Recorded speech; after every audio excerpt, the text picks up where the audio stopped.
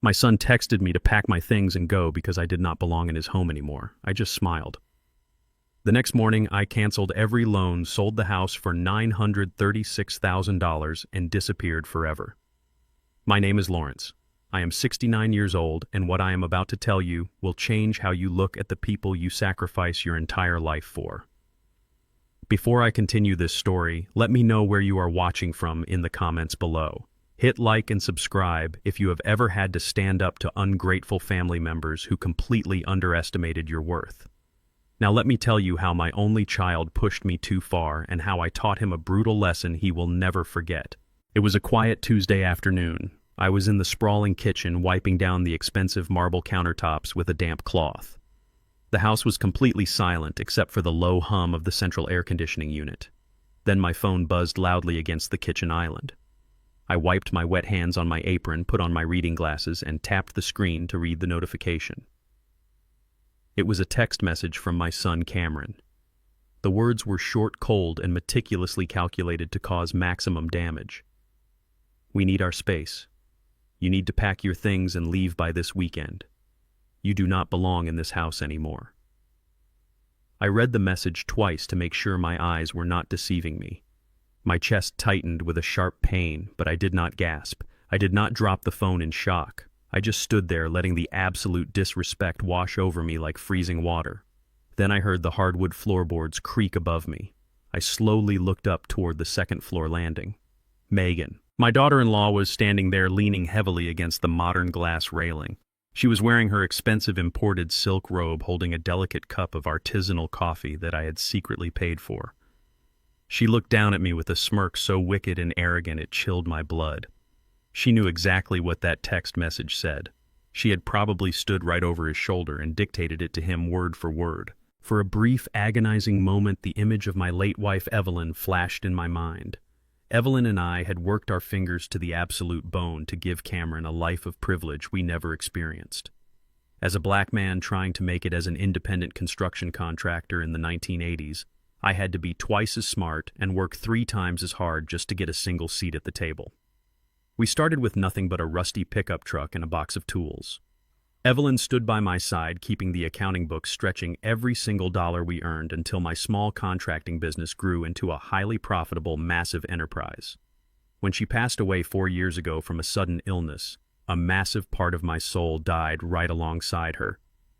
I was completely lost. I poured all my remaining love and energy into our son. When Cameron married Megan, a white woman from a family that loved to look down their noses at my calloused working hands, I swallowed my immense pride. I wanted him to be happy more than anything. So I stepped back. I let them live their luxurious, flashy lifestyle. What nobody knew, not Cameron and certainly not Megan, was that I was quietly funding their entire existence from the shadows. The luxury cars in the driveway, the designer clothes in their closets, the massive credit card bills they racked up going to high-end wellness spas and taking expensive European vacations. I paid them all in secret to keep my son from going completely bankrupt. I played the role of the quiet, retired old man who was lucky his successful son let him stay in the guest suite. They truly believed they were the masters of the universe, and I was just an aging burden living on their generous charity. Megan took a slow, deliberate sip of her coffee, her blue eyes locked onto mine like a hawk watching a helpless mouse. "Did you get Cameron's message, Lawrence?" Her voice dripped with that fake, sugary sweetness she always used when she was about to say something incredibly venomous. "Yes," I replied, keeping my voice perfectly steady and betraying no emotion. "I received it." She slowly walked down the grand oak staircase, her hand gliding elegantly along the banister. "It is nothing personal, you know. We are just at a point in our lives where we need to host important corporate clients, throw elegant dinner parties, and really establish our social brand in this neighborhood. Having a retired old black man living in the guest wing just does not fit the aesthetic we are going for. It confuses the guests. It makes us look like we are running a charity home." The sheer audacity of her cruel words hung heavily in the air. She was telling me right to my face that my skin color, my age, and my background were a severe detriment to her fake high society image. She stopped at the bottom of the stairs and crossed her arms, looking at me with pure disdain. "Cameron is too soft to say it to your face, so I told him to text you." You have had a really good run here, Lawrence. We have been more than generous letting you crash with us for the last 4 years. But it is time for you to find a little subsidized apartment somewhere else. Maybe a nice retirement community with people who are more your speed. I looked around the sprawling, immaculate kitchen, the custom mahogany cabinetry I had personally selected, the imported floor tile I had flown in directly from Italy. I looked back at the arrogant woman who had not worked a single honest day since she married my son. "How incredibly generous of you, Megan," I said softly. "I suppose I should be thanking you on my knees for letting me stay under your roof all this time." She smiled broadly, genuinely believing she had won the ultimate victory.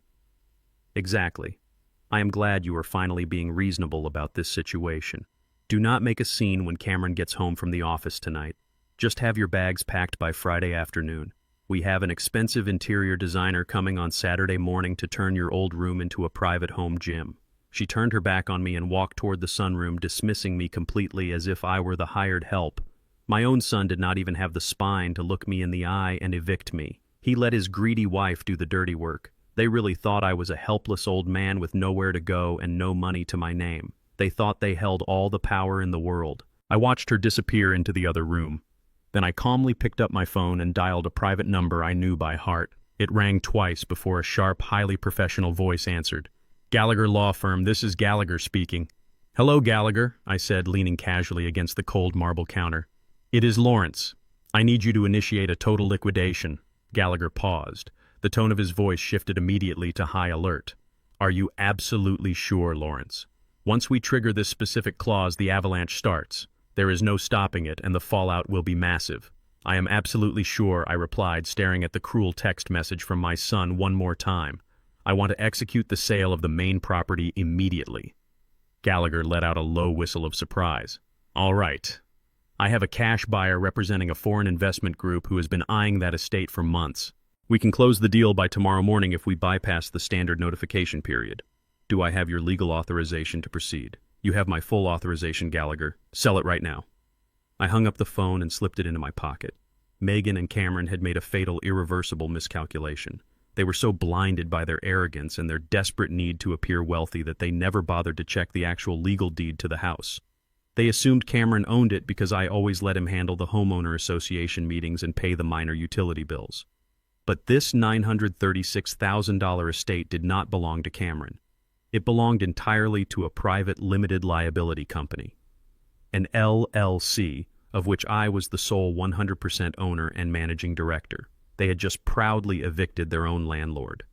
And tomorrow morning they were going to find out exactly what happens when you mistake a quiet man's silence for weakness. I did not wait for Cameron to come home from his corporate office. I did not want to hear his weak, stammering excuses or watch him actively avoid my gaze while his wife directed the conversation from her pristine glass balcony. I simply walked upstairs to my guest suite, the room they had so generously allowed me to occupy in my own house, and pulled a single worn leather suitcase from the top shelf of the closet. I packed only what truly mattered.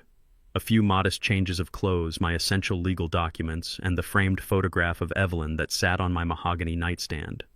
That was all I truly needed to carry with me. The sprawling estate was already dead to me, just another piece of concrete and glass that had lost its soul. I walked out the heavy front door without looking back, the crisp afternoon air hitting my face like a profound promise of freedom. I drove my unassuming 10-year-old sedan to a quiet, extended-stay hotel on the opposite side of the city. I paid for a comfortable room in cash, sat at the small wooden desk, and opened my laptop. It was time to sever the massive financial umbilical cord I had kept hidden for 4 long, agonizing years. When Evelyn passed away, Cameron was an absolute mess. He had just married Megan, and the two of them were desperately trying to keep up with her wealthy family's suffocating expectations. Her parents were the kind of coastal elites who smiled to your face but made sure you knew your place. They constantly made passive-aggressive comments about my calloused hands, my working-class background, and the fact that I was a black man who built his wealth in the dirt rather than a boardroom. Cameron was drowning in high-interest debt, trying to prove he belonged in their exclusive upper-crust world. I could not bear to see Evelyn's only child lose everything before his life even truly began. So I used my extensive contracting fortune to establish a series of blind trusts and shadow accounts. I paid off their massive mortgage completely, though I kept the official deed strictly in my holding company's name for tax purposes. I quietly funded the shiny black American Express card Cameron proudly flashed at country club dinners. I leased the luxury BMW SUV. Megan drove to her daily Pilates classes. I routed thousands of dollars every single month into a private account they foolishly believed was a special corporate dividend from Cameron's job. I let my son believe he was a massive success, a self-made corporate titan, because a father's deepest instinct is always to protect his child's pride. I swallowed the blatant disrespect, the endless microaggressions, the quiet racism, all to keep the fragile peace. I sincerely thought my silent generosity was an act of unconditional love. But sitting in that sterile hotel room watching the blinking cursor on my banking dashboard, I realized my endless generosity had not created a strong, independent man. It had created a ruthless, entitled parasite.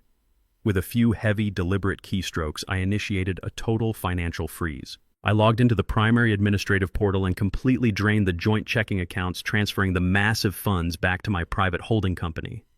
I canceled the premium credit cards. I revoked the authorized user status on the auto leases. I watched the digital numbers drop to absolute zero. The safety net was permanently gone.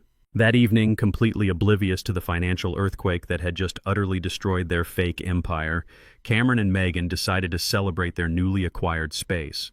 I knew this because my phone was still firmly synced to the credit card fraud alert system. They went to Le Bernardin, one of the most exclusive and ridiculously expensive Michelin-starred restaurants in the city. I could perfectly picture the sickening scene. Megan in a designer silk dress she had not actually paid for, Cameron confidently swirling a $300 glass of imported red wine, clinking their crystal glasses to celebrate their brand new old man-free lifestyle. They probably laughed about how easily I had folded, how quickly the old man had surrendered to their cruel eviction text message. But their arrogant celebration hit a brutal, unforgiving wall when the sharply dressed waiter arrived with the leather-bound check folder. According to the automated banking alerts flooding my phone screen, the bill was exactly $840. The first alert came through at 9:14 p.m. Transaction declined. Insufficient funds. I imagined Cameron confidently handing the waiter his sleek metal card, expecting the usual seamless transaction to impress his wife, only to have the waiter return a minute later with an apologetic but firm whisper. "Sir, your card has been declined." Cameron would have turned bright red, chuckling nervously to save face, blaming a ridiculous bank error or a random fraud alert. He would have casually pulled out his backup card, the platinum one I funded specifically for life-threatening emergencies. At 9:17 p.m., the second alert pinged loudly on my screen. Transaction declined. Account closed. Megan's smug, superior smile would have completely vanished by then. The elegant, softly lit atmosphere of the restaurant would suddenly feel incredibly suffocating. Cameron, now visibly sweating and entering a state of sheer panic, would have desperately handed over Megan's primary shopping card, praying to any higher power that it would go through to save them from public humiliation. 9:20 p.m. Transaction declined. Authorized user revoked. 3 premium cards, 3 brutal, undeniable rejections in the middle of a crowded elite dining room surrounded by their wealthy peers. The public humiliation must have been absolute and crushing. I sat in my hotel room watching the red alerts bounce across my screen, feeling absolutely no pity whatsoever. They had treated me like a repulsive burden, a useless artifact taking up their precious aesthetic space. Now they were experiencing exactly what their glamorous lives looked like without my quiet, steady charity. At 9:25 p.m., my phone began to vibrate violently across the desk. It was Cameron. The man who could not even muster the basic courage to look me in the eye to evict me was suddenly desperate to hear my voice. I did not answer. I watched his name flash on the glowing screen, then I tapped a single button and blocked his number permanently. He was entirely on his own. Somehow they must have scraped together enough cash, or humiliatingly begged a friend to wire them funds to cover the restaurant bill, because exactly an hour later, my home security app notified me that their BMW had aggressively pulled into the circular driveway of the estate. I opened the live high-definition camera feed on my tablet. The night vision showed Cameron storming up the stone front steps, his face flushed deep red with a mixture of explosive anger and terrifying panic. Megan was trailing close behind him, aggressively typing on her phone, likely trying and failing to access their frozen banking applications. Cameron jammed his gold key into the front door deadbolt and turned it violently. Nothing happened. He yanked the heavy brass handle, but the solid oak door did not budge a single inch. He pulled the key out, stared at it in utter confusion, and shoved it back in, forcing it with all his body weight. The lock was completely rigid. While they were dining on expensive caviar and fine wine, Gallagher had moved with terrifying surgical speed. He had dispatched an emergency commercial locksmith to the property the exact moment the sale contract was finalized. The locks were entirely changed. The security codes were wiped clean. The smart home access was permanently revoked. Cameron began to pound his fists against the heavy wood, shouting my name into the cold night air, demanding that I open the door immediately, but I was not there to endure his tantrums anymore. Instead, a sleek black town car pulled up quietly to the curb right behind their leased BMW. A man in a sharp gray suit stepped out, carrying a heavy leather briefcase and a solid metal lockbox.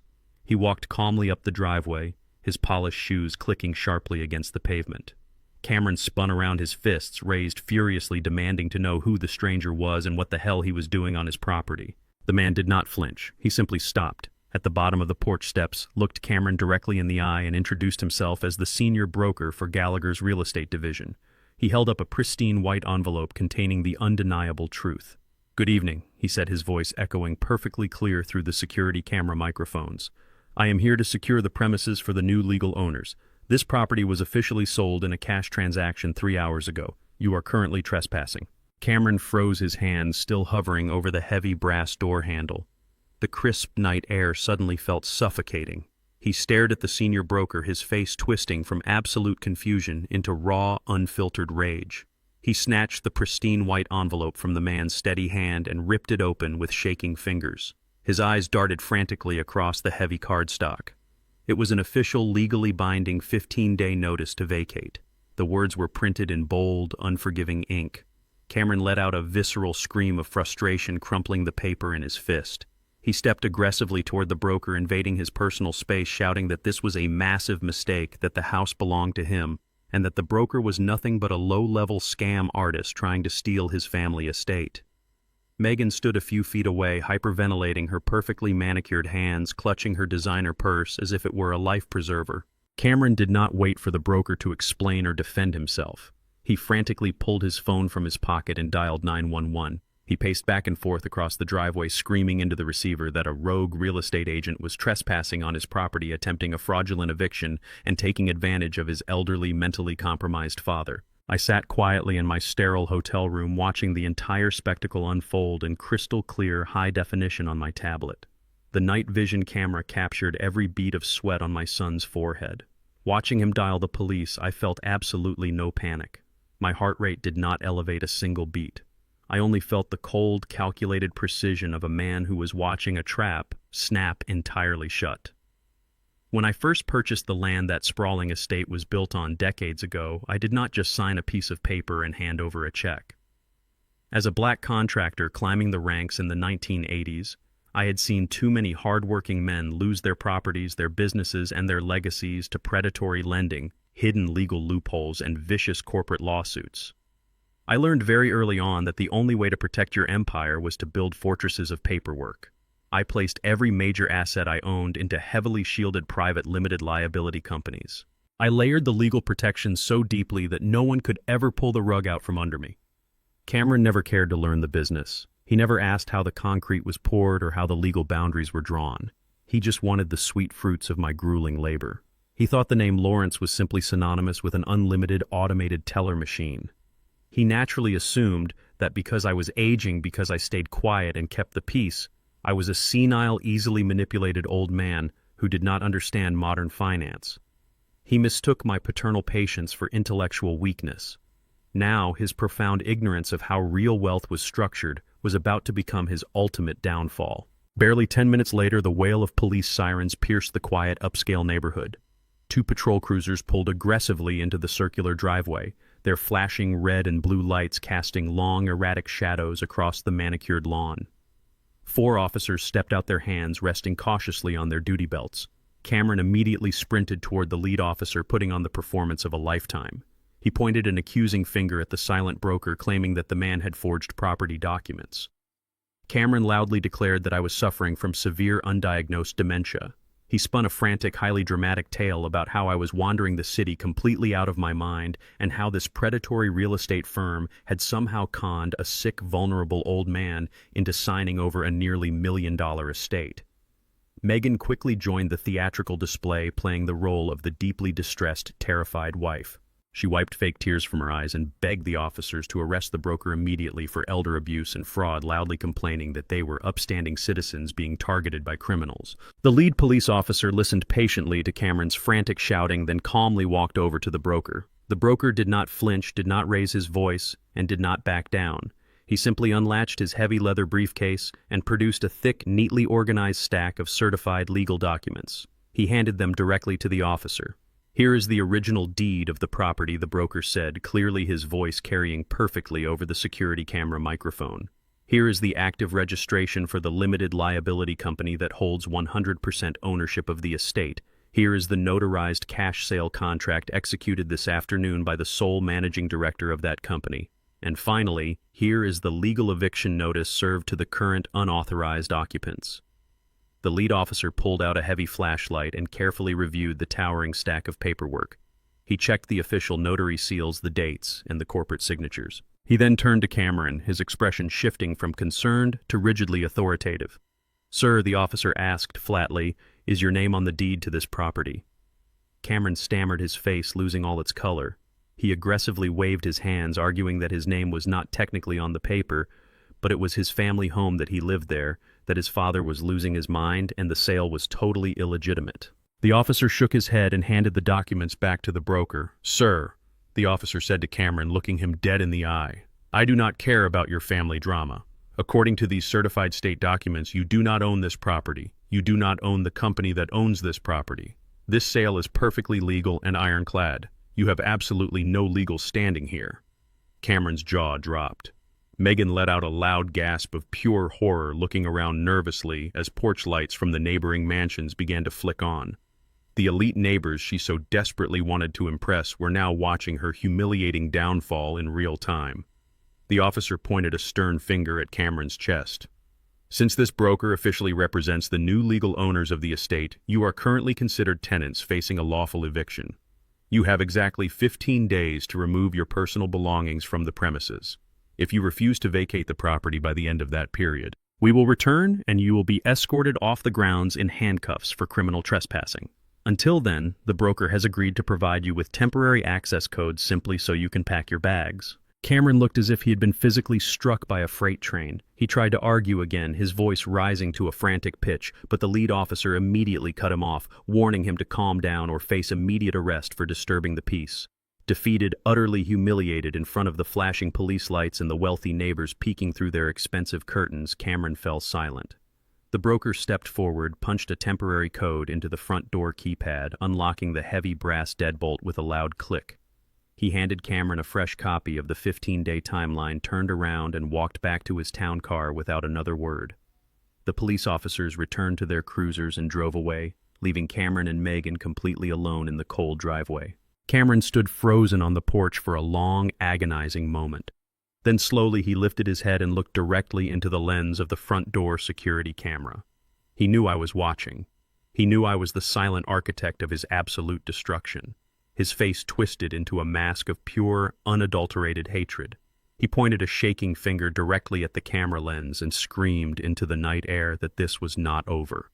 He vowed at the top of his lungs to drag me into court, to have a judge declare me entirely mentally incompetent, to freeze every single asset attached to my name, and to lock me away in a psychiatric ward for the rest of my life.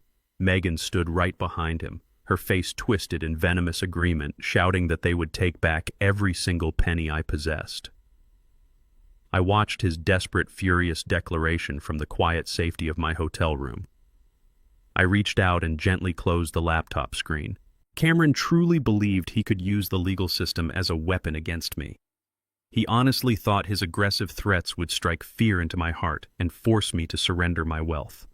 He was completely unaware that I had anticipated his exact strategy, and I had been eagerly preparing for this specific legal war for a very long time. I closed my laptop that night and slept better than I had in 4 years. The next morning, the sun was barely rising over the city skyline when my phone rang. It was Gallagher. He did not waste time with pleasantries. He told me Cameron had just walked into the county courthouse the minute the doors opened. My desperate son had filed an emergency ex parte motion for temporary guardianship. In his sworn affidavit, Cameron claimed I was suffering from rapid onset Alzheimer's disease. He told a judge that I had been wandering the streets in a state of severe delusion, completely incapable of managing my basic needs, and that predatory real estate agents had tricked me into selling my home. He was begging the court to immediately freeze my bank accounts, reverse the sale of the estate, and grant him absolute legal control over my medical and financial decisions.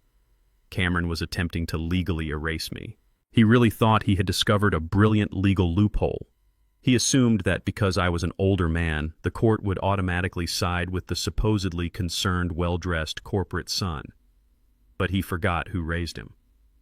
When I started my commercial construction business in the late 1980s, the corporate world was an absolute shark tank. As a black man bidding for massive city contracts against entrenched, wealthy, white-owned firms, my competence was constantly questioned.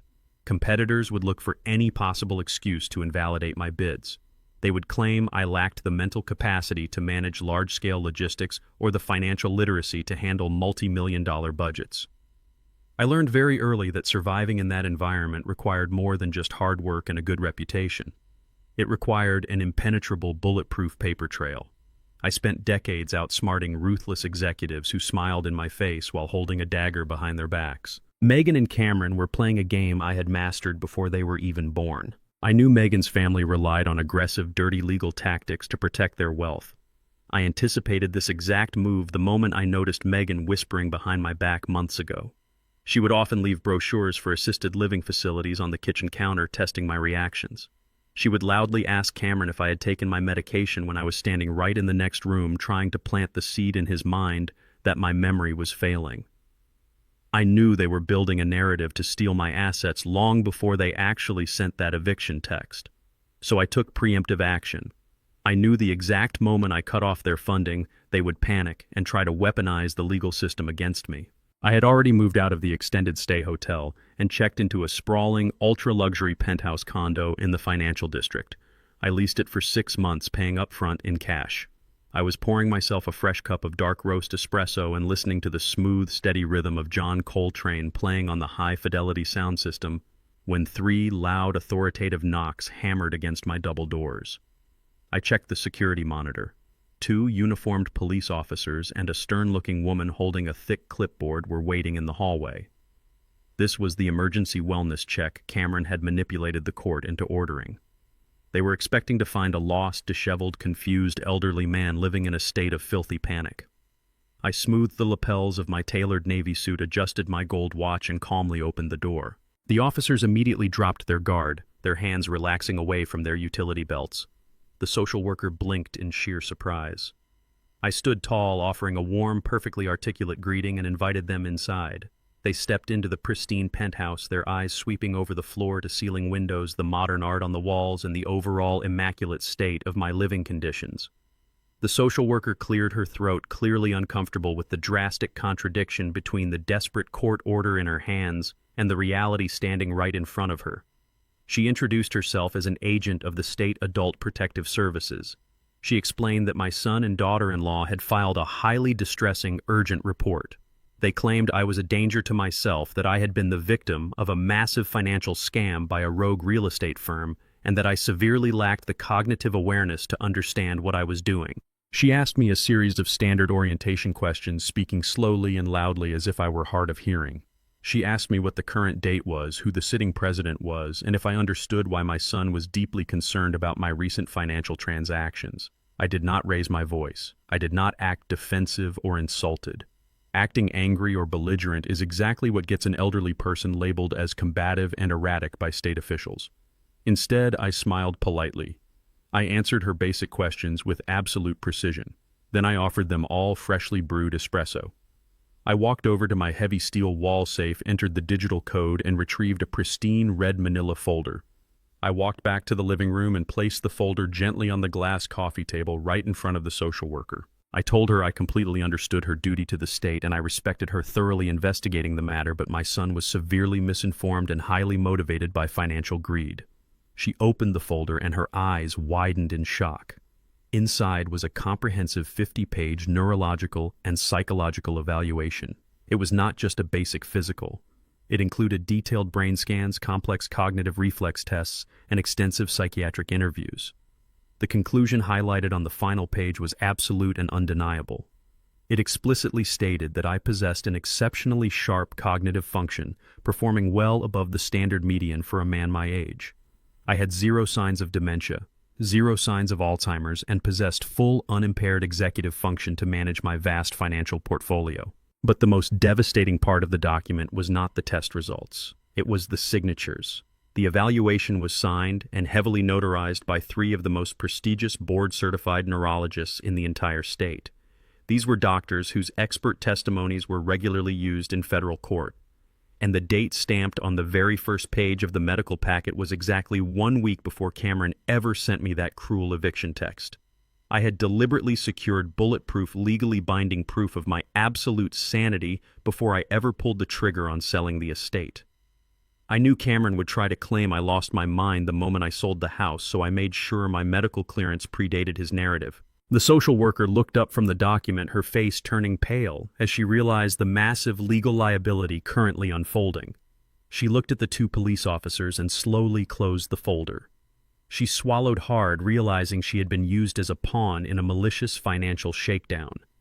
She apologized profusely for the intrusion, stating that it was abundantly clear my son had filed a fraudulent, highly deceptive report. The police officers looked visibly furious. They absolutely despise being dragged away from real emergencies to handle greedy domestic disputes. The lead officer took notes on his pad, stating that filing a false police report and misusing emergency state resources were serious offenses. As they turned to leave my penthouse apologizing one last time, I picked up my phone and called Gallagher. I told him the wellness check was complete and that we had them exactly where we wanted them. The trap had snapped entirely shut on Cameron's desperate legal play. I instructed Gallagher to immediately file a massive countersuit against Cameron for perjury, filing a false police report, and malicious prosecution. Cameron tried to lock me in a psychiatric ward to steal my money and fund his luxurious lifestyle. He tried to strip away my fundamental human rights. Now I was going to let the criminal justice system completely devour him. I stood by the floor-to-ceiling window, sipping my espresso, and watched the police cruisers pull away from my building. Cameron thought he could play a game of legal chess with a man who had built an empire from the dirt. He was about to learn that every single move he made only tightened the noose around his own neck. The fallout from the disastrous wellness check was swift and incredibly brutal. By Tuesday morning, a county judge officially threw out Cameron's emergency petition for temporary guardianship. The court cited the overwhelming board-certified medical evidence provided by my elite legal team. The judge not only dismissed his completely baseless claims, but also issued my son a severe on-the-record warning regarding the strict penalties for perjury. They had completely and utterly lost the legal war. I was standing on my penthouse balcony drinking espresso and watching the city wake up when my tablet vibrated on the glass coffee table. It was a high-priority message from Gallagher. It contained a single web link and a brief note warning me that Megan had decided to take her desperate vindictive campaign to the public. I tapped the screen and a social media video instantly started playing. Megan was sitting on the bare hardwood floor of the empty guest suite, the very room they had aggressively tried to kick me out of. Her designer makeup was meticulously smudged under her eyes to look like she had been crying for days. She was wearing a plain, oversized gray sweater, a stark contrast to her usual imported silk robes. She stared directly into the camera lens, her bottom lip quivering perfectly on cue. The performance was about to begin. I watched the video with a cold, detached fascination. Evelyn used to warn me about women exactly like Megan. When Cameron first brought her home to meet us years ago, Evelyn took one look at the way Megan subtly inspected the brand name on our silverware and whispered to me that the girl had a cash register for a heart. As black folks who built our wealth from the literal ground-up pouring concrete and laying steel, we knew the exact kind of insidious, quiet racism Megan's family harbored. They smiled warmly at charity galas but clutched their expensive purses tighter when we walked past. Megan had always viewed me not as a father, not as a family member, but as a walking bank account wrapped in skin she deemed socially and culturally inferior. Now that the bank vault was permanently sealed and the locks were changed, she was weaponizing her ultimate societal privilege. She was playing the damsel in distress. She knew exactly what she was doing. Society is highly conditioned to instantly believe and aggressively protect a crying, distressed white woman, especially when she is pointing a trembling, accusing finger at a wealthy, older black man. She was banking on the fickle court of public opinion to publicly shame me into surrendering my assets. She wanted to create a viral mob that would harass my holding company, destroy my decades of spotless business reputation, and force me to hand over the estate just to make the digital nightmare stop. She wanted to break my spirit using the internet as her personal weapon. But Megan fundamentally misunderstood the brutal nature of the internet. The internet does not just blindly attack forever. It ruthlessly investigates everything. And I had kept every single financial receipt for the last 4 years. In the video, Megan took a shaky, dramatic breath and began to speak in a fragile, broken voice. She introduced herself to her thousands of followers, claiming that she and her loving husband were the tragic victims of sudden, horrific financial abuse. She looked straight into the lens and spun a terrifying, entirely fabricated narrative. She claimed that her cruel, controlling black father-in-law had suddenly snapped, sold their beloved family home out from under them without a single word of warning, and threw them out onto the cold street. She cried heavy crocodile tears as she described how she had lovingly and patiently cared for me for 4 years, serving me hand and foot, only to be tossed away like garbage because I was a bitter, vindictive old man who hated her. She begged her followers to share the video, claiming they had absolutely no money for food, no place to sleep, and that the corrupt legal system had completely failed them. The video went viral within a matter of hours. The notifications on my tablet exploded as local news outlets, gossip blogs, and outrage accounts picked up the dramatic story. The comments section was an absolute bloodbath of misplaced justice. Thousands of angry strangers were demanding my immediate arrest. They called me a monster, a greedy corporate villain, and a heartless sociopath who was abusing a sweet, innocent young couple. Some users even started circulating the public contact information for my construction holding company, leaving hundreds of fake negative reviews and demanding that local politicians intervene to save Megan and Cameron from impending homelessness. My son had not stopped her. He had let his wife sit on the floor of $1 million estate and beg strangers for sympathy while actively painting his own father as a criminal. The sheer level of their entitlement was staggering. They really thought they could use a digital lynch mob to bully me into giving them the keys to a house they never paid a single dime for. My phone rang again. Gallagher was on the line, his voice tight with professional concern. He strongly advised me to issue a formal sanitized press release vehemently denying the allegations. He warned that the viral outrage could temporarily impact our ongoing commercial contracts and attract unwanted media trucks to our office buildings. I told Gallagher to stand down, hold his position, and do absolutely nothing. A sanitized corporate press release drafted by a legal team would only make me look like the cold, heartless billionaire Megan was portraying me to be. You do not fight a dirty, emotional internet smear campaign with a boring legal document. You fight it with raw, undeniable, deeply humiliating facts. I sat down at my heavy oak desk, opened my encrypted laptop, and created a completely anonymous burner account on the exact same social media platform Megan had used. I did not write a long emotional defense. I let the raw, undisputed financial data speak for itself. I uploaded a crystal-clear, high-definition screenshot of the vicious late-night text message Cameron had sent me, explicitly ordering me to pack my things and get out because I did not belong in their house. Right next to it, I uploaded 4 years' worth of meticulously redacted, verified credit card statements. The statements clearly showed my holding company paying for every single luxury Megan enjoyed. I highlighted the $8,000 designer handbags, the weekly $500 luxury spa treatments, the lavish European vacations, and the monthly lease payments for the exact luxury vehicle she was currently driving. Finally, I attached the official legal deed proving they never owned the house to begin with. I hit publish and linked the post directly to the top comment on Megan's viral video. The internet is a brutal, unpredictable beast. The moment the indisputable proof hit the public timeline, the narrative violently flipped. The same angry mob that was demanding my head suddenly turned their absolute unbridled fury onto Megan and Cameron. The comments rapidly shifted from deep sympathy to vicious, mocking ridicule. Millions of users tore Meghan apart for crying about homelessness while carrying a purse worth more than a car entirely funded by the black father-in-law she was trying to publicly lynch. The digital backlash was instantaneous and catastrophic. Her comment section became a graveyard of her fake elite reputation. But the ultimate strike was yet to come. As I watched her follower count hemorrhage and the mocking comments multiply by the tens of thousands, my screen illuminated with a breaking news alert. Someone highly influential had just seen the viral documents. It was the chief executive officer of Cameron's corporate firm. The chief executive officer of Cameron's prestigious corporate firm, Richard Sterling, did not become a billionaire by ignoring the internet. He understood that in the modern corporate landscape, a viral scandal involving one of his senior executives was a massive liability. The moment Meghan's tearful video and my subsequent brutal exposure hit the top trending feeds, Sterling's public relations team flagged it. By Wednesday morning, the situation had escalated from a local social media drama into a full-blown corporate nightmare. Clients were already calling, demanding to know why a senior executive at a highly respected financial advisory firm was actively participating in the attempted eviction and psychological abuse of his elderly black father. The optics were utterly devastating. At exactly 8:30 a.m., Cameron's phone rang. It was not his direct supervisor or a human resources representative. It was Sterling himself demanding Cameron's immediate presence in the executive boardroom on the top floor of the high-rise.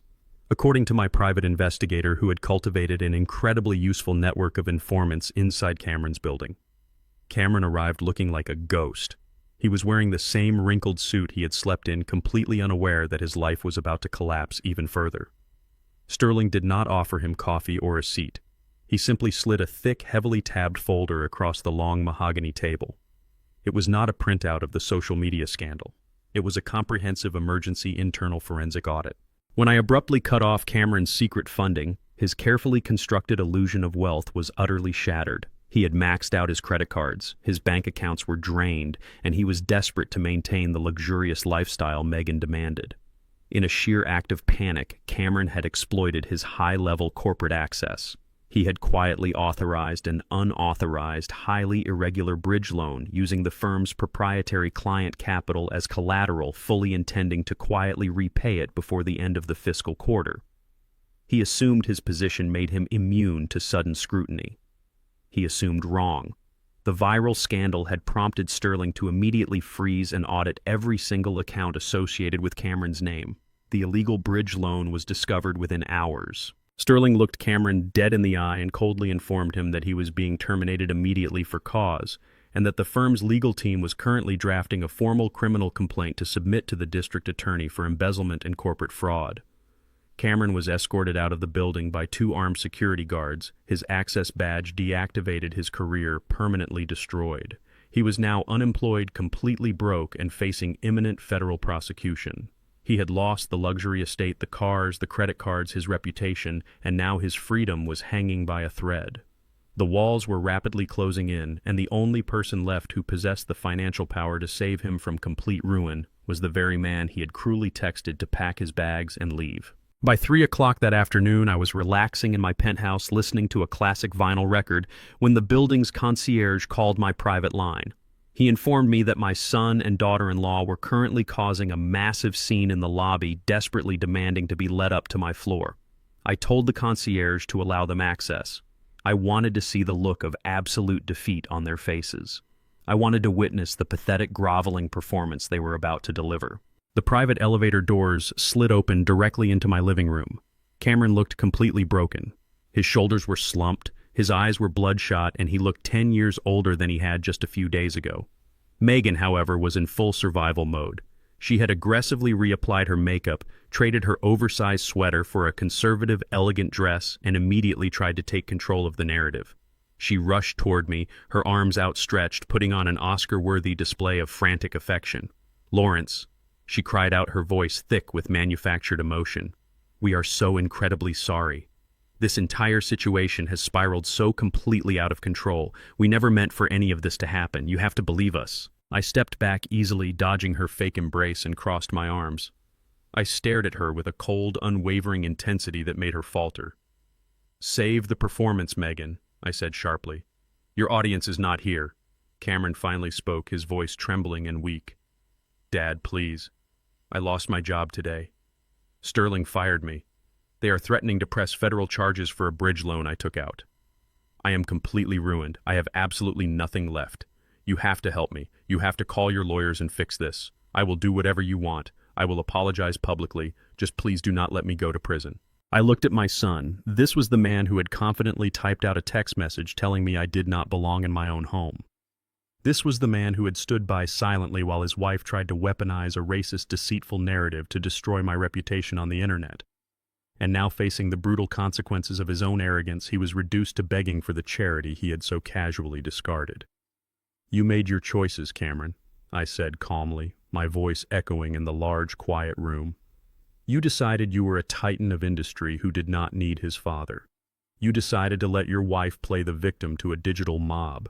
You tried to lock me in a psychiatric ward, and now you want me to write a check to save you from federal prison. Megan aggressively stepped forward, her fake tears vanishing, replaced by her usual venomous entitlement. You cannot do this to your own son, Lawrence. You have millions of dollars sitting in your accounts. You are his father. It is your absolute duty to protect him. You are just being vindictive because you are a bitter old man who cannot handle the fact that we wanted to live our own lives without you suffocating us. I smiled. It was not a warm smile. It was a predator baring its teeth. Megan really believed she still held some sort of manipulative power. She believed she could still twist reality to her advantage.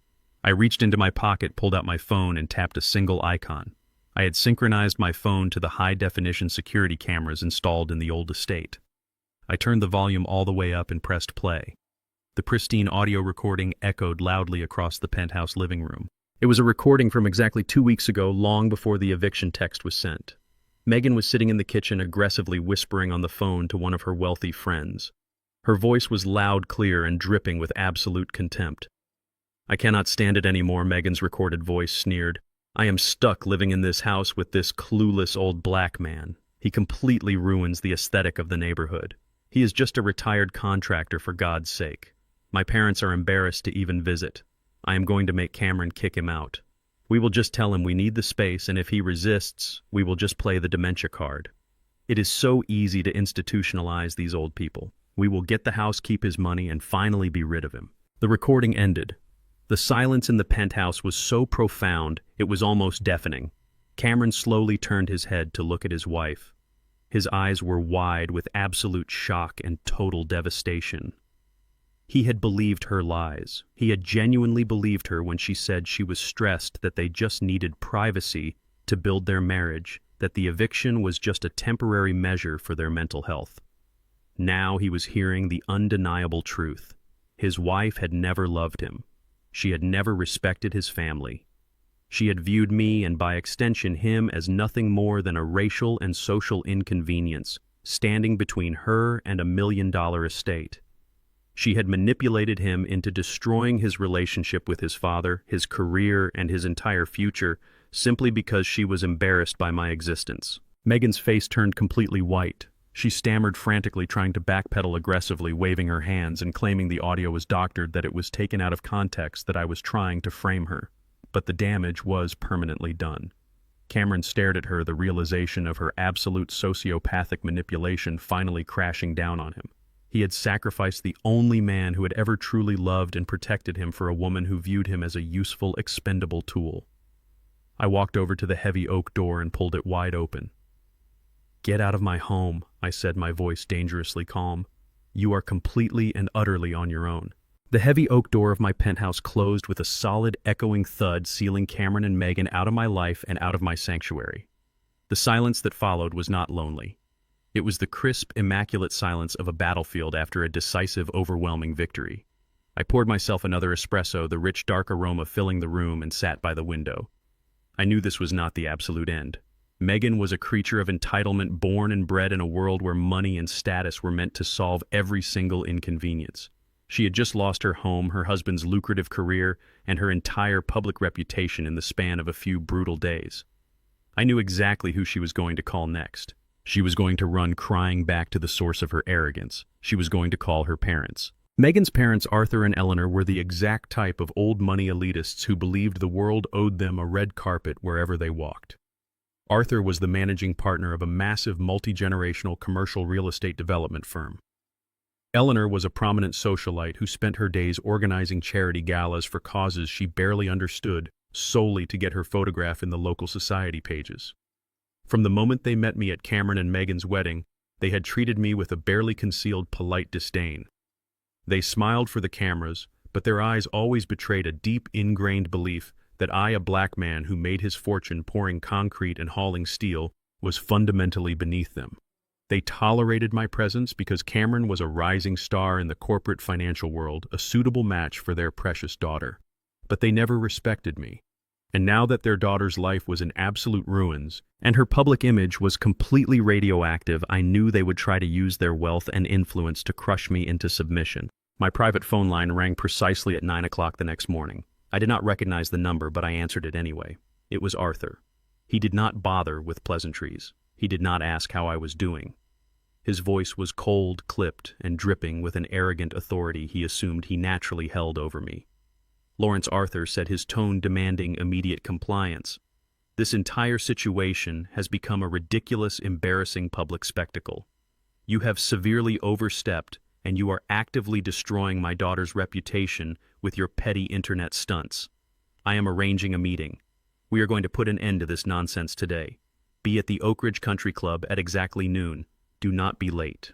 And bring your lawyer if you feel you need one, though I assure you it will not change the outcome. He hung up before I could say a single word. He did not ask if I was available. He ordered me to appear, treating me exactly like one of his subordinate contractors who had missed a deadline. He chose the Oak Ridge Country Club very deliberately. It was an ultra-exclusive, historically white members-only establishment where the initiation fees alone cost more than most people made in a decade. It was his territory, his fortress of power. He wanted to force me into an environment where he felt completely dominant and I felt isolated and out of place. He wanted to intimidate me with the sheer weight of his social status. I smiled, a slow, predatory grin spreading across my face. Arthur was making the exact same fatal mistake his daughter had made. He was drastically underestimating the man he was dealing with. He thought he was summoning a retired, helpless old man to a scolding. He had no idea he had just invited the architect of his own destruction right to his front door. I did not call Gallagher. I did not need my elite legal team to handle Arthur and Eleanor. This was a personal matter, and I was going to handle it with the quiet, devastating precision I had honed over decades in the ruthless world of commercial construction. I went to my expansive walk-in closet and selected my wardrobe with meticulous care. I chose a custom-tailored charcoal gray Italian wool suit that fit me perfectly. I selected a crisp, brilliant white Egyptian cotton shirt and a subtle navy blue silk tie. I slipped on my polished, handmade Oxford shoes and fastened my vintage gold Patek Philippe watch around my wrist. I did not dress to impress them. I dressed to silently communicate that I did not need their approval, their money, or their country club to validate my existence. I looked in the full-length mirror. I looked like a man who owned the entire room before he even walked into it. I picked up a single standard manila folder from my desk, slid a specific set of documents inside, and headed for the elevator. I arrived at the Oak Ridge Country Club at precisely 11:55 a.m. The sprawling, manicured green lawns and the massive white-pillared clubhouse reeked of generational wealth and exclusionary privilege. The valet attendant, a young man who looked slightly surprised to see a black man driving a modest, unassuming sedan pull up to the main entrance, hurriedly opened my door. I handed him the keys and a generous cash tip, ignoring the lingering, curious stares from the older, wealthy members lounging on the veranda. I walked through the heavy oak doors and into the grand lobby. The air smelled of expensive cigars, old money, and polished leather. The maitre d' approached me, his smile tight and practiced, clearly ready to politely inform me that I must be lost. "I am here to meet Arthur," I said, my voice smooth, deep, and absolutely commanding. The maitre d's posture instantly shifted. He checked his leather-bound reservation book, nodded quickly, and escorted me through the opulent dining room toward a private glass-enclosed VIP suite overlooking the 18th hole. Arthur and Eleanor were already seated at the large circular mahogany table. They were sipping sparkling water, looking every bit the picture of elite, untouchable power. Arthur was wearing a sharp light gray suit, his silver hair perfectly coiffed. Eleanor wore a tasteful, incredibly expensive pearl necklace and a rigid, unbothered expression.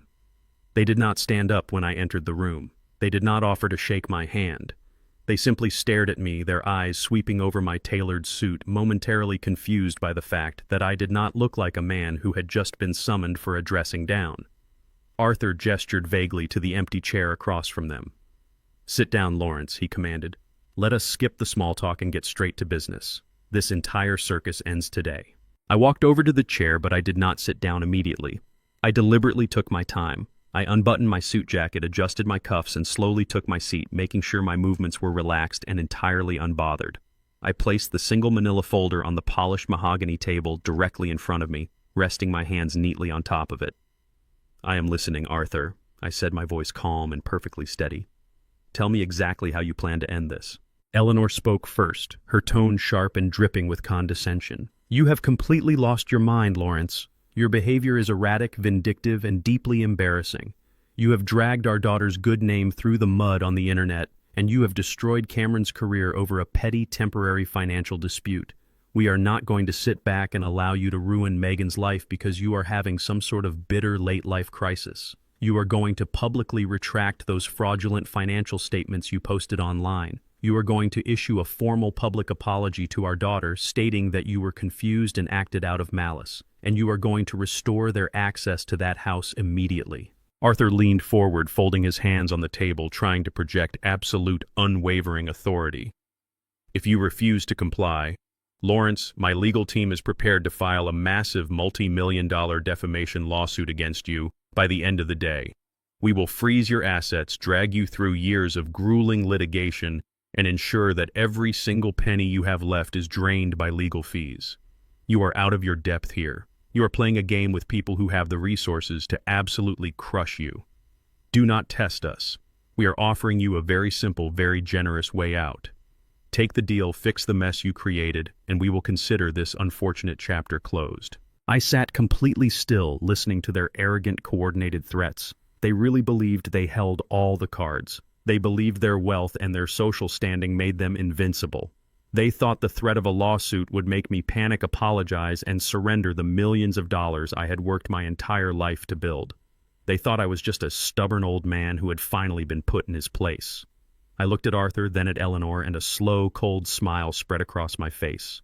I reached out and gently tapped my fingers against the manila folder sitting on the table. The silence in the private room stretched out thick and heavy with impending consequence. "You are incredibly confident, Arthur," I said softly, my voice barely above a whisper, yet carrying the weight of a sledgehammer. "But you made the exact same mistake your daughter made. You assumed you knew exactly who you were dealing with." I slowly opened the manila folder, and the atmosphere in the room was about to change forever. Arthur did not even give me the chance to reveal the contents of my folder. He mistook my deliberate, measured silence for hesitation. In his arrogant mind, my quiet demeanor was the universal sign of a subordinate realizing he was entirely outmatched. Arthur let out a sharp, dismissive sigh, clearly annoyed that he even had to spend his valuable afternoon dealing with me. He reached inside the breast pocket of his tailored suit jacket and withdrew a sleek, leather-bound checkbook. He unscrewed a heavy gold fountain pen, scribbled across the paper with aggressive, jagged strokes, and tore the check from the binding with a loud rip. He placed 2 fingers on the crisp piece of paper and slid it across the polished mahogany table until it rested directly in front of my hands. I looked down. The check was made out to me for exactly $50,000. Arthur leaned back in his plush leather chair, crossing his arms with an expression of supreme, unbothered victory. "Take the money." Lawrence, Arthur commanded, his voice echoing in the private dining suite. "Give the kids the house back, issue a public statement clearing my daughter of your ridiculous accusations, and know your place. We are done playing these petty games." I stared at the piece of paper resting on the table. $50,000. To a man like Arthur, writing that check was akin to tossing a bone to a stray dog. He genuinely believed he was offering a life-changing sum of money to a poor retired black contractor. He thought this piece of paper was a magical leash that would instantly bring me to heel. Looking at his smug, expectant face, my mind briefly drifted back to the late 1980s. When my construction firm first started winning highly lucrative municipal bids, I dealt with men exactly like Arthur every single week. Wealthy, established developers would invite me to lunch, slide insultingly low buyout offers across the table, and expect me to gratefully accept their table scraps. They always assumed I lacked the financial stamina to compete in their exclusive arenas. Evelyn used to sit across from me at our kitchen table reviewing those insulting contracts, and she would simply smile. "Let them underestimate you, Lawrence," she would say, her voice filled with quiet power. "A man who does not see you coming can never defend himself when you strike." Evelyn was absolutely right. Arthur had spent the last 4 years actively ignoring my existence, treating me like a silent shadow in his daughter's background. Because he never respected me enough to look into my actual financial standing, he had no idea how I had structured my wealth. He did not know that my private holding company operated through a massive, untraceable web of blind trusts and venture capital firms. He had absolutely no idea that the very foundation of his prestigious commercial real estate empire was currently being propped up by the exact man he was trying to buy off for pennies. Eleanor shifted in her chair, clearly impatient with my prolonged silence. She adjusted her expensive pearl necklace and offered a smile that was entirely devoid of warmth. $50,000 is an incredibly generous offer, Lawrence, she said, her tone dripping with toxic maternal condescension. That is more than enough money for you to secure a nice little apartment in a neighborhood that is much more suited to your specific background. You can live out the rest of your retirement comfortably, and Megan and Cameron can finally get back to building their future in the estate they deserve. You have caused our family a tremendous amount of public embarrassment this week. We are giving you a very dignified exit. I strongly suggest you take the check before Arthur loses his patience and unleashes our legal department on you." I kept my hands resting gently on my closed manila folder. I did not reach for the check. I looked Arthur directly in the eyes, holding his gaze with a cold, unwavering intensity that made his confident smirk falter for a fraction of a second. "Are you entirely sure this is the strategy you want to pursue, Arthur?" I asked, my voice dangerously calm. "Are you absolutely certain you want to threaten my livelihood, insult my intelligence, and attempt to bribe me into surrendering $1 million estate to a daughter who views you as nothing more than a personal bank?" Arthur slammed his hand flat against the mahogany table, the sudden noise shattering the quiet elegance of the VIP suite. "I am not negotiating with you, Lawrence," he barked, his face flushing with sudden explosive anger. "You are a retired tradesman who got lucky with a single piece of real estate. I am the managing partner of a commercial development empire. You have no leverage here. You have no power here. If you do not deposit that check and sign over the deed by tomorrow morning, I will personally see to it that you are buried under a mountain of litigation so heavy you will spend your final years fighting off bankruptcy. You will be completely ruined. Now pick up the damn check and get out of my sight." I did not blink. I did not break eye contact. I slowly reached out with my right hand, placed my index finger on the edge of the $50,000 check, and deliberately slid it all the way back across the table until it touched Arthur's coffee cup. "I do not need your pocket change, Arthur," I said, my voice dropping to a lethal, icy register. "And I certainly do not need your permission to exist in my own tax bracket." I opened the manila folder resting in front of me. I pulled out 3 thick, heavily redacted financial documents printed on high-quality legal paper and fanned them out across the center of the table. "I suggest you look very closely at those signatures, Arthur." Arthur frowned, deeply annoyed by my defiance. He snatched the first document from the table, pulling his reading glasses from his breast pocket. He scanned the first page, expecting to see a fake lawsuit or an empty legal threat. Instead, all the color instantly drained from his face. His mouth fell slightly open and his hands began to visibly tremble. Eleanor noticed his sudden terrifying shift in demeanor. "Arthur," she whispered, her voice laced with sudden panic. "What is it? What does it say?" Arthur could not speak. He was completely paralyzed, staring at the financial records as if they were a death warrant. I leaned forward, resting my elbows on the table, and decided to explain his absolute ruin in excruciating detail. "That document outlines the current ownership structure of Vanguard Horizon Partners." I explained, my words cutting through the air like a scalpel.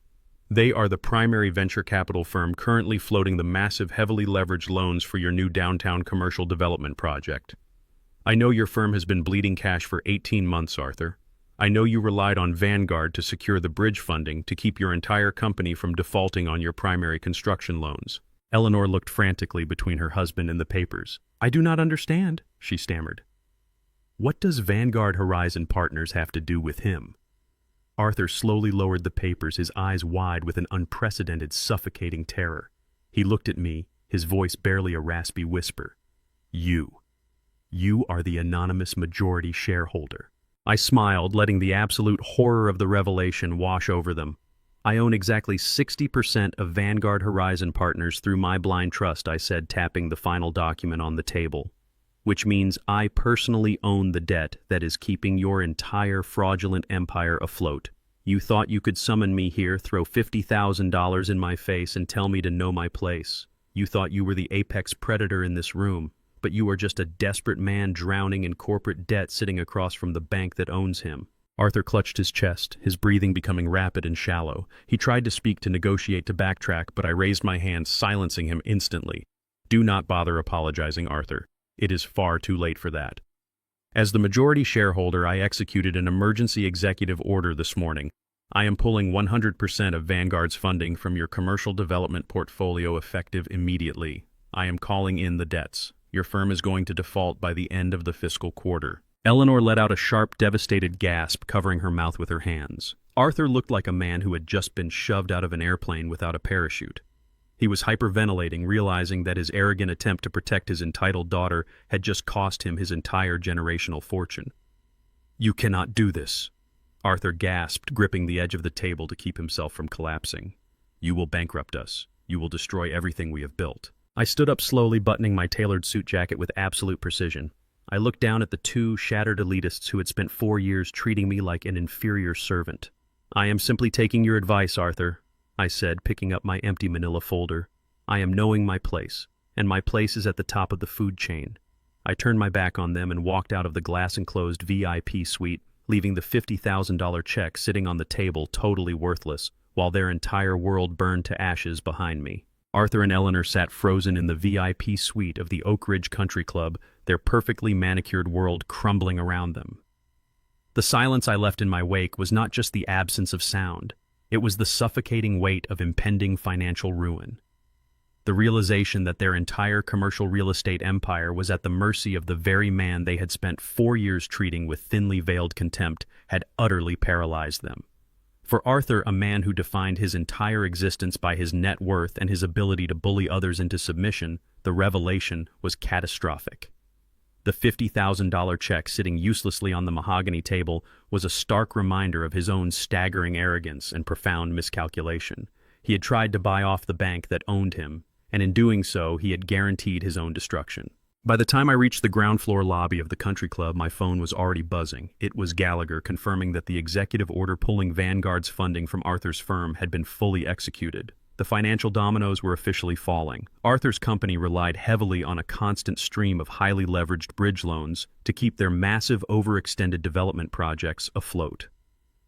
Without Vanguard's backing, the entire house of cards would collapse within weeks, triggering a cascade of defaults that would inevitably end in total bankruptcy. I walked out to my waiting sedan, tipped the valet, and drove away from the country club feeling a profound sense of satisfaction.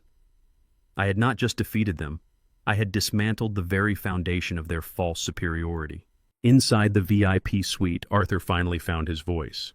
He grabbed his phone with shaking hands and frantically dialed his chief financial officer, desperate to find some loophole, some hidden clause that could save him. But there was none.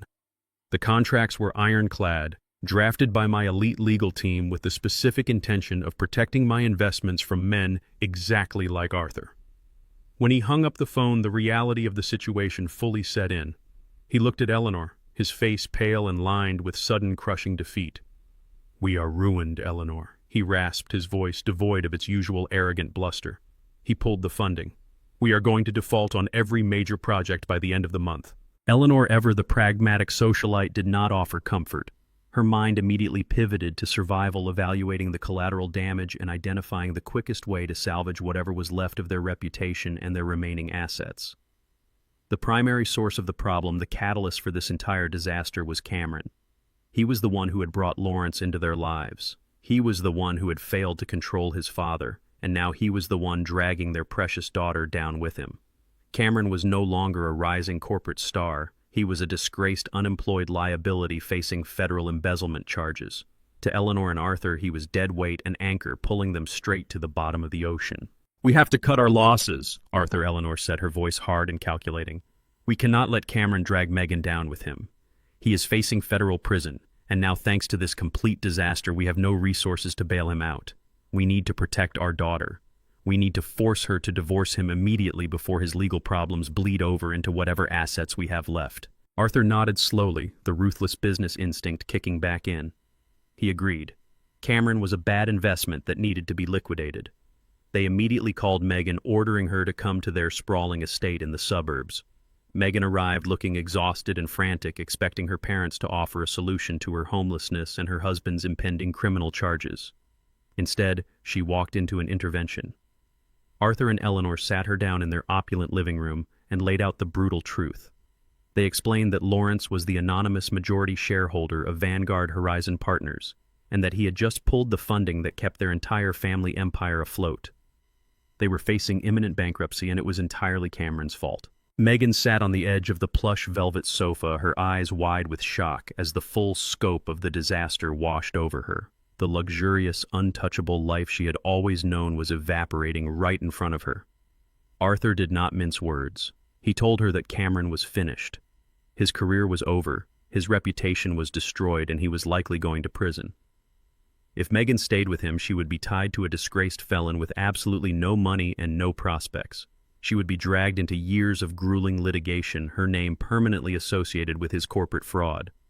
They demanded that she file for divorce immediately, citing irreconcilable differences and emotional distress to distance herself from the fallout.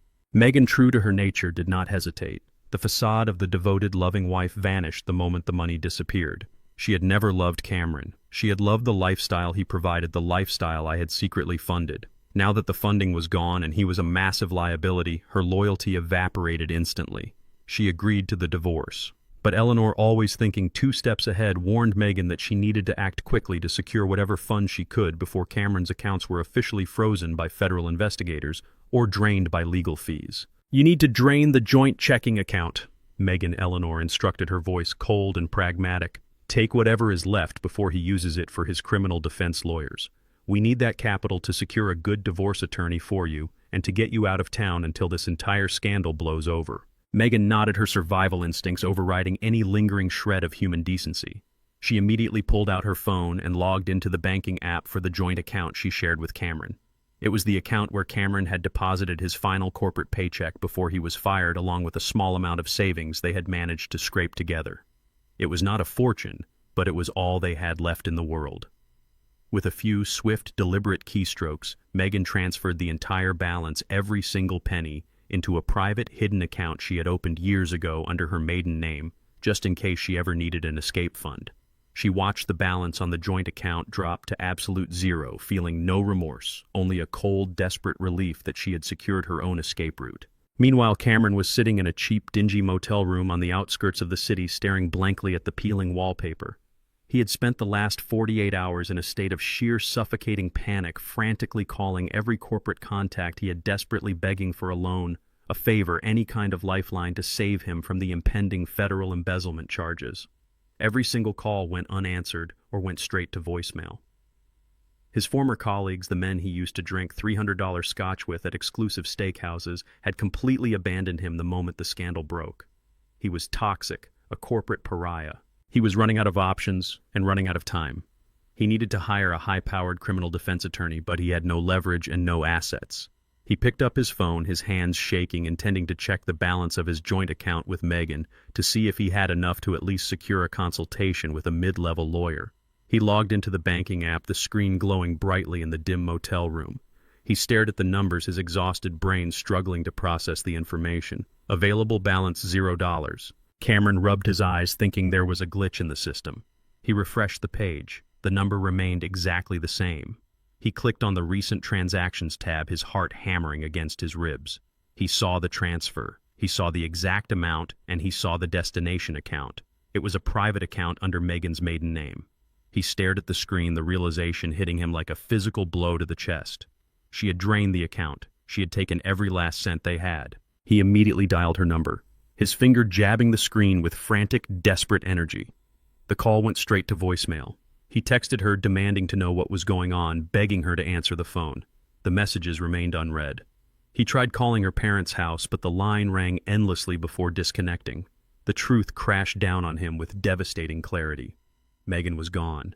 She had abandoned him the moment the money ran out, taking his last remaining lifeline with her to save herself. Cameron dropped the phone onto the cheap stained bedspread. He sat on the edge of the mattress, the silence of the motel room pressing in on him, heavy and suffocating.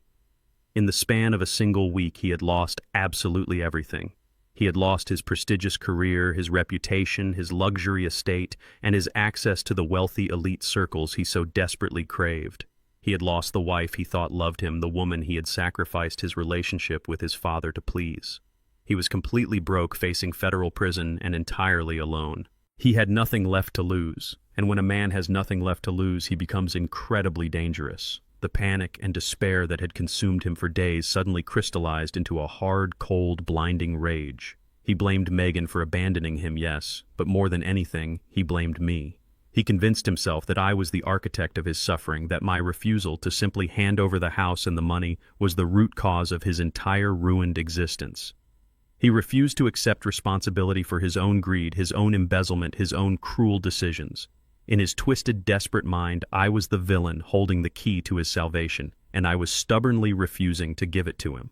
He stood up, his movements rigid and completely unhinged. He walked over to his duffel bag, rummaging through his remaining belongings until he found a heavy forged document he had paid a shady online notary to draft just days ago, a fraudulent, backdated power of attorney form.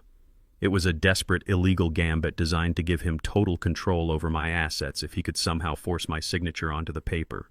He grabbed his car keys, his eyes wild with a manic, dangerous determination. He was not going to beg anymore. He was not going to negotiate. He was going to go to my penthouse, and he was going to force me to sign away my empire, whatever it took. The digital clock on the dashboard of Cameron's rented economy car glowed a harsh red, displaying exactly 2 a.m. He gripped the steering wheel with white knuckles, his eyes bloodshot and darting frantically as he navigated the empty streets of the financial district. The sleek, towering high-rise where I had leased my penthouse loomed ahead, a fortress of glass and steel piercing the night sky. Cameron parked in a shadowed loading zone, grabbed a heavy steel flashlight from the passenger seat, and shoved a thick folded document into the inner pocket of his jacket. It was a completely fraudulent, backdated power of attorney form. He had paid a disgraced, unlicensed online notary to forge the state seals. In his shattered, desperate mind, this piece of paper was his ultimate salvation. He bypassed the main lobby entirely. Having spent his career navigating luxury commercial buildings, Cameron knew exactly how to exploit the blind spots of urban architecture. He slipped through the underground service garage, tailgating a late-night delivery truck, and accessed the freight elevator designed for maintenance crews. He rode the steel box all the way up to the top floor. He stepped out into the quiet, carpeted hallway of the penthouse level, his breathing ragged and uneven. He approached my heavy double doors, sliding a thin tension wrench and a lockpick out of his pocket tools he had acquired in his frantic spiral over the last few days. With a soft, heavy click, the service lock gave way. Cameron pushed the door open and stepped into the absolute pitch black of my living room. I was already awake. In fact, I had been sitting perfectly still in my leather wingback chair for over 2 hours, facing the center of the expansive living room, completely enveloped in darkness. I knew he was coming. The security tablet resting on my lap had alerted me the moment his rental car breached the perimeter of the loading dock. I watched his every move through the building's surveillance network. He thought he was being stealthy, but he was moving with the sloppy, chaotic desperation of a cornered animal. Evelyn had always warned me about this specific darkness in our son. Years ago, when Cameron was just a teenager, a neighbor had caught him trespassing and confiscated his expensive bicycle as punishment. Instead of apologizing and facing the consequences like a man, Cameron waited until midnight, took a baseball bat, and smashed the neighbor's living room window to steal the bicycle back. He never admitted fault. He only escalated to violence when his entitlement was challenged. Evelyn had cried that night, whispering to me that our son lacked a fundamental moral compass, that he would rather destroy a house than admit he was wrong. I spent decades trying to suppress that violent impulse in him, hoping my quiet, steady example would mold him into a respectable man. But sitting in the dark, watching his silhouette creep across my imported rugs, I finally accepted the brutal reality. My generosity had merely masked his sociopathy. I did not lock the deadbolt on the service door tonight. I deliberately left the secondary lock vulnerable. I needed him to cross the ultimate threshold. I needed him to commit an undeniable, unforgivable felony on camera so I could lock him away and protect myself permanently. Cameron fumbled in the dark, his heavy breathing echoing off the floor-to-ceiling windows. He took a step toward the master bedroom. I let him take one more step before I spoke. "You are making a terrible amount of noise for a man trying to commit a felony," I said, my voice cutting through the silence like a razor blade. Cameron violently flinched, dropping his lockpicks onto the hardwood floor with a sharp clatter. He whipped his head around, pointing his heavy steel flashlight directly at my face. The blinding white beam hit my eyes, but I did not blink. I did not raise my hands to shield my face. I remained completely seated, my hands resting calmly on the armrests of the leather chair. "Turn the lights on," Cameron demanded, his voice shaking with a mixture of terror and unhinged fury. "Turn the damn lights on right now." I did not move. "You do not give orders in my home, Cameron. State your business and get out before I have you removed." Cameron stepped closer, closing the distance between us. The beam of the flashlight trembled in his hand. "You ruined my life," he spat, the venom dripping from every syllable. "You destroyed my marriage. You got me fired. You took my house. You took my money. You did this to me." He reached into his jacket pocket and pulled out the forged power of attorney document, waving it aggressively in the beam of the flashlight. "You are going to fix it tonight. You are going to sign this paper right now. It grants me full, uncontested executive control over your holding company and all associated blind trusts. You are going to sign it, and you are going to transfer the liquid assets into an offshore account I have set up." I looked at the crumpled fake document in his shaking hand, feeling a profound sense of disgust. "You broke into my home at 2 a.m. to hand me a forged legal document," I said, my tone absolutely flat. "You are not a mastermind, Cameron. You are just a pathetic thief." Cameron snapped. The final thread of his sanity unraveled. He lunged forward, closing the final gap between us. He raised the heavy steel flashlight high above his head, positioning it like a weapon. "I am not asking you, old man," he screamed, the spittle flying from his lips. "I have absolutely nothing left to lose. Sign the paper right now, or I will beat you until you cannot remember your own name. I will say your dementia made you violent and I had to defend myself. No one will question it. Sign the paper." I looked up at my son, the heavy steel flashlight poised to strike my skull. I did not flinch. I simply pressed a single silent button on the smart remote resting under my hand. Instantly, the entire penthouse flooded with blinding maximum brightness from the overhead recessed lighting. Cameron gasped, raising his free hand to shield his eyes from the sudden aggressive glare. "Drop the weapon right now," a booming authoritative voice commanded from the hallway corridor. "Do it now." Cameron spun around, his eyes widening in sheer absolute horror. Standing just 10 feet away, stepping out from the shadows of the adjoining hall, were 3 heavily armed city police officers. Their service weapons were drawn and leveled directly at his chest. Standing safely behind them was my attorney Gallagher, holding a digital audio recorder with the red recording light blinking steadily. Cameron froze, the color draining from his face as the reality of the trap crashed down upon him. He slowly opened his hand. The heavy steel flashlight hit the floor with a loud thud. The forged power of attorney document fluttered to the ground right beside it. The officers moved with brutal, practiced efficiency. They tackled Cameron against the thick glass of the living room window, violently twisting his arms behind his back. The sharp metallic click of handcuffs echoed through the penthouse. "You are under arrest for armed home invasion, aggravated assault, and attempted extortion," the lead officer stated coldly, reading him his rights as Cameron sobbed against the glass, completely broken and defeated. Gallagher stepped forward wearing a pair of latex gloves. He carefully picked up the forged document and sealed it inside a clear plastic evidence bag. He looked at Cameron, then looked down at me. "We have him on multiple felony charges," Lawrence Gallagher said smoothly. "He will not see the outside of a prison cell for a very long time." The officers dragged Cameron toward the front door. He did not fight back.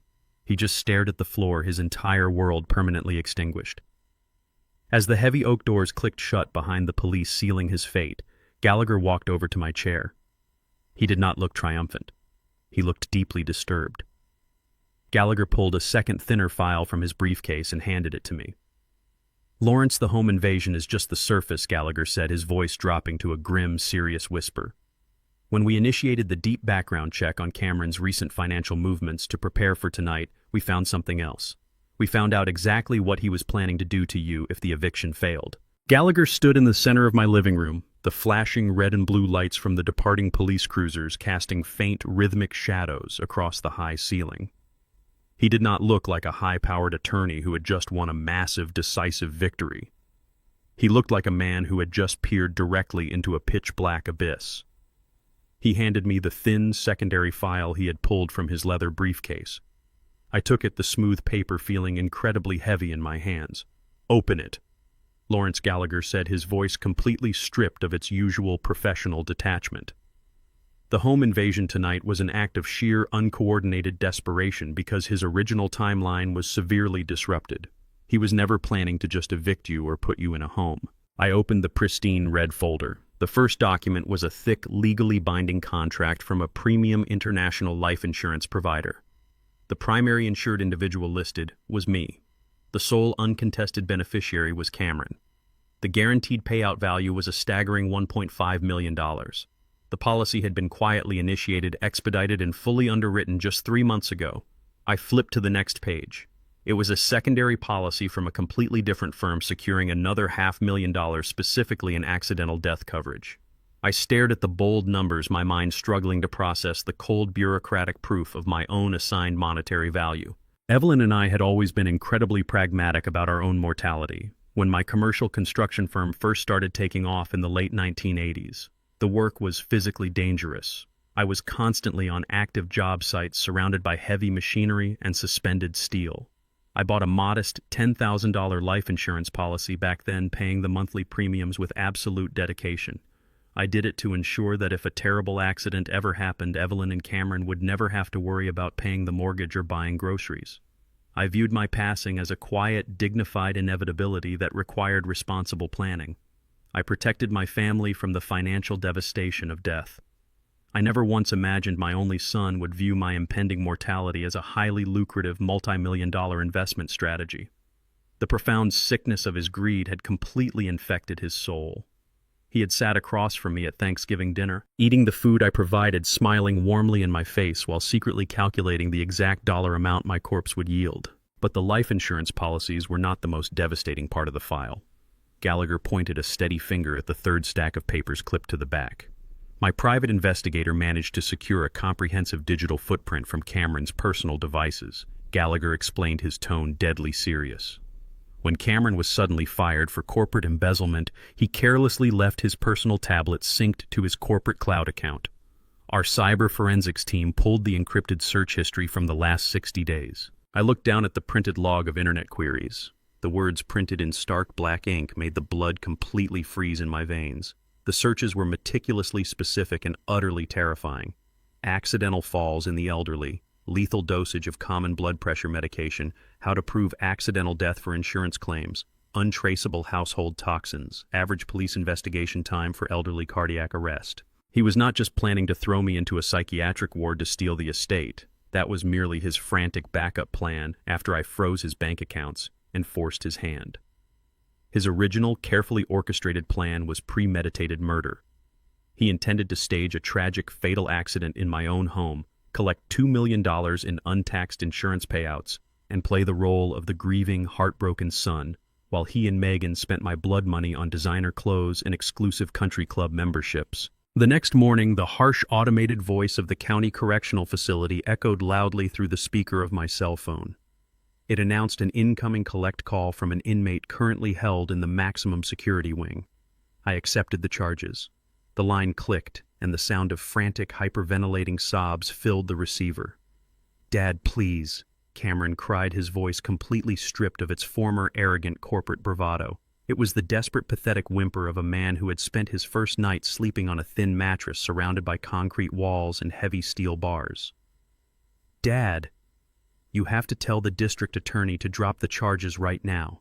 You have to tell them it was a massive misunderstanding. I was just stressed out of my mind. I was panicked. I lost my job and Megan was screaming at me about the bills, and I just needed you to sign the paper so I could pay my legal fees and fix the corporate bridge loan. I never meant to hurt you with that flashlight. I swear to God I was just trying to scare you into helping me." I sat at my kitchen island sipping a freshly brewed espresso, listening to his pathetic, meticulously fabricated narrative. You broke into my home in the middle of the night with a forged legal document and a heavy steel weapon, Cameron, I said calmly, my voice perfectly level. You raised that weapon directly to my head. There is no misunderstanding. You made a highly calculated decision to use extreme physical violence when your financial manipulation failed to work. Dad, please, he begged, his voice cracking violently through the static of the prison phone system. I am your only son. You cannot let me rot in a jail cell. I will do anything you want. I will go to intense therapy. I will publicly apologize on the internet. Just call Gallagher and tell him to rescind the police report. I am begging you. Do not do this to me. I set my espresso cup down on the cold marble counter. You are right about one specific thing, Cameron, I replied, my voice dropping to a lethal, icy register. The home invasion last night was an act of pure desperation. It was incredibly sloppy. It was chaotic. It was not your usual operating style. Your usual style is much more clinical and detached. It involves carefully filling out premium life insurance applications behind my back. The phone line went completely dead silent. The frantic, hyperventilating sobbing instantly stopped. The only sound was the faint electronic hum of the recording software. I opened the red folder Gallagher had given me and ran my finger over the printed digital search logs. I know about the $1.5 million policy, Cameron, I stated, enunciating every single syllable with brutal, unforgiving clarity. I know about the secondary accidental death coverage. And I know exactly what you were researching on your tablet late at night while I was sleeping under your roof. Accidental falls in the elderly. Untraceable household toxins. You did not just want my money, you wanted my life. Cameron stammered, his breathing becoming incredibly rapid and shallow, a man realizing he was trapped in a corner he could never talk his way out of. Dad, no, you do not understand anything. That was just morbid curiosity. I was stressed about your declining health. I was researching how to prevent those exact things from happening to you. It is not what it looks like. I swear it is not what it looks like. It looks exactly like premeditated, cold-blooded murder, I said, completely ignoring his pathetic, transparent lies. You valued my life at exactly $2 million. You planned to stage a fatal accident, collect the massive payout, and live a life of luxury dancing over my grave. The only reason you did not execute your sick plan was because I moved out of the estate and surrounded myself with heavy building security before you could find the perfect opportunity to push me down the stairs. I am handing this entire evidence file directly over to the district attorney this afternoon. I continued, ensuring he understood the absolute, inescapable finality of his situation. The charges against you are being officially upgraded from aggravated assault and home invasion to attempted murder and severe insurance fraud. You are not going to see the outside world for a very, very long time. Dad, no wait, please do not do this to me, he screamed, panic totally consuming him. Megan made me do it. She was the one who said we needed the massive payout to survive. She was the one who researched the specific policies online. Do not leave me in here for her ideas. I pressed the end call button, severing the connection instantly. I placed the phone face down on the counter. He was already turning on his wife like a rabid dog, desperately trying to throw Megan under the bus to save his own skin. They were absolute parasites, actively cannibalizing each other the exact moment the host body was removed. The penthouse private elevator chimed and Gallagher stepped into the foyer holding a fresh stack of legal briefs. He walked into the kitchen, his expression highly focused and relentless. The district attorney has officially received the digital forensics and the certified insurance policies, Lawrence Gallagher announced, setting his heavy briefcase down on the island. They are convening a grand jury to secure the attempted murder indictment by the end of the week. But the situation with your daughter-in-law has just drastically escalated. I looked at Gallagher, waiting for the next inevitable move on the chessboard. Megan is not going down with a sinking ship, Gallagher explained, a sharp, predatory smile forming on his face. The moment she found out about the upgraded murder charges against Cameron, she immediately contacted the prosecutor's office. She is currently sitting in a cold interrogation room right now, offering to turn state's witness and testify against your son to secure full legal immunity for herself. I looked at Gallagher, processing the absolute ruthlessness of my daughter-in-law. She was sitting in a cold interrogation room right now, offering to turn state's witness and testify against your son to secure full legal immunity for herself, Gallagher had said. I let out a low, dark chuckle that echoed off the high ceiling of the penthouse. Megan was incredibly predictable. The very second the financial gravity of Cameron's federal embezzlement and attempted murder charges became a tangible reality, her vows of eternal loyalty vanished into thin air. She did not hesitate to throw her husband directly to the wolves. According to the updates Gallagher received from the prosecutor's office, Megan sang like a canary. She sat across from two hardened detectives and a federal prosecutor weeping manufactured tears and spun a brilliant, self-serving narrative. She swore under oath that the entire life insurance plot was entirely Cameron's sinister creation. She claimed she was a terrified, emotionally abused wife who was forced into silence by a manic, desperate husband. To secure her absolute legal immunity from the criminal conspiracy charges, she handed the detectives the master passwords to Cameron's private encrypted hard drives. She gave them direct access to every single deleted search history, every fraudulent insurance application, and every text message he sent planning my fatal accidental fall. She traded his freedom for her own survival without a single ounce of remorse. I stood by the floor-to-ceiling window watching the city traffic move far below, reflecting on the profound irony of their spectacular downfall. Cameron and Megan did not have a marriage. They had a corporate merger built entirely on stolen capital. The moment I removed the funding, their union immediately cannibalized itself. Evelyn used to tell me that a relationship built on a foundation of transactional greed will always swallow you whole the moment the tide eventually comes in. Cameron sacrificed his own flesh and blood, the father who broke his back to give him a life of luxury, all to appease a woman who viewed him as nothing more than a temporary disposable asset. He thought he had a partner in crime. He actually had a highly venomous parasite that expertly detached itself the exact second the host body began to die. He traded a lifetime of unconditional parental love for a woman who sold him out for a get-out-of-jail-free card within 48 hours of his arrest. My son was about to learn the most brutal lesson of his entire existence. Loyalty purchased with a platinum credit card expires the moment the account is frozen. The legal proceedings moved with a terrifying, undeniable velocity. Faced with an insurmountable mountain of digital evidence, the audio recording of his home invasion, and the absolutely damning testimony of his own wife, Cameron's public defender, advised him to take a brutal plea deal. Taking the case to a jury trial would have resulted in a maximum sentence for attempted murder and armed home invasion. 2 months later, I sat in the back row of a stark wood-paneled courtroom for the official sentencing hearing. Cameron was escorted in wearing a bright orange state penitentiary jumpsuit, his wrists and ankles bound in heavy steel shackles. He looked completely hollowed out, a pathetic ghost of the arrogant corporate executive he used to be. He did not dare look in my direction. The prosecutor called Megan to the witness stand to fulfill the terms of her immunity agreement. She walked up to the podium looking immaculate, wearing a conservative navy dress, playing the role of the traumatized survivor to absolute perfection. She looked directly at the judge and pointed a shaking finger at my son. She testified that Cameron was obsessed with my life insurance policies.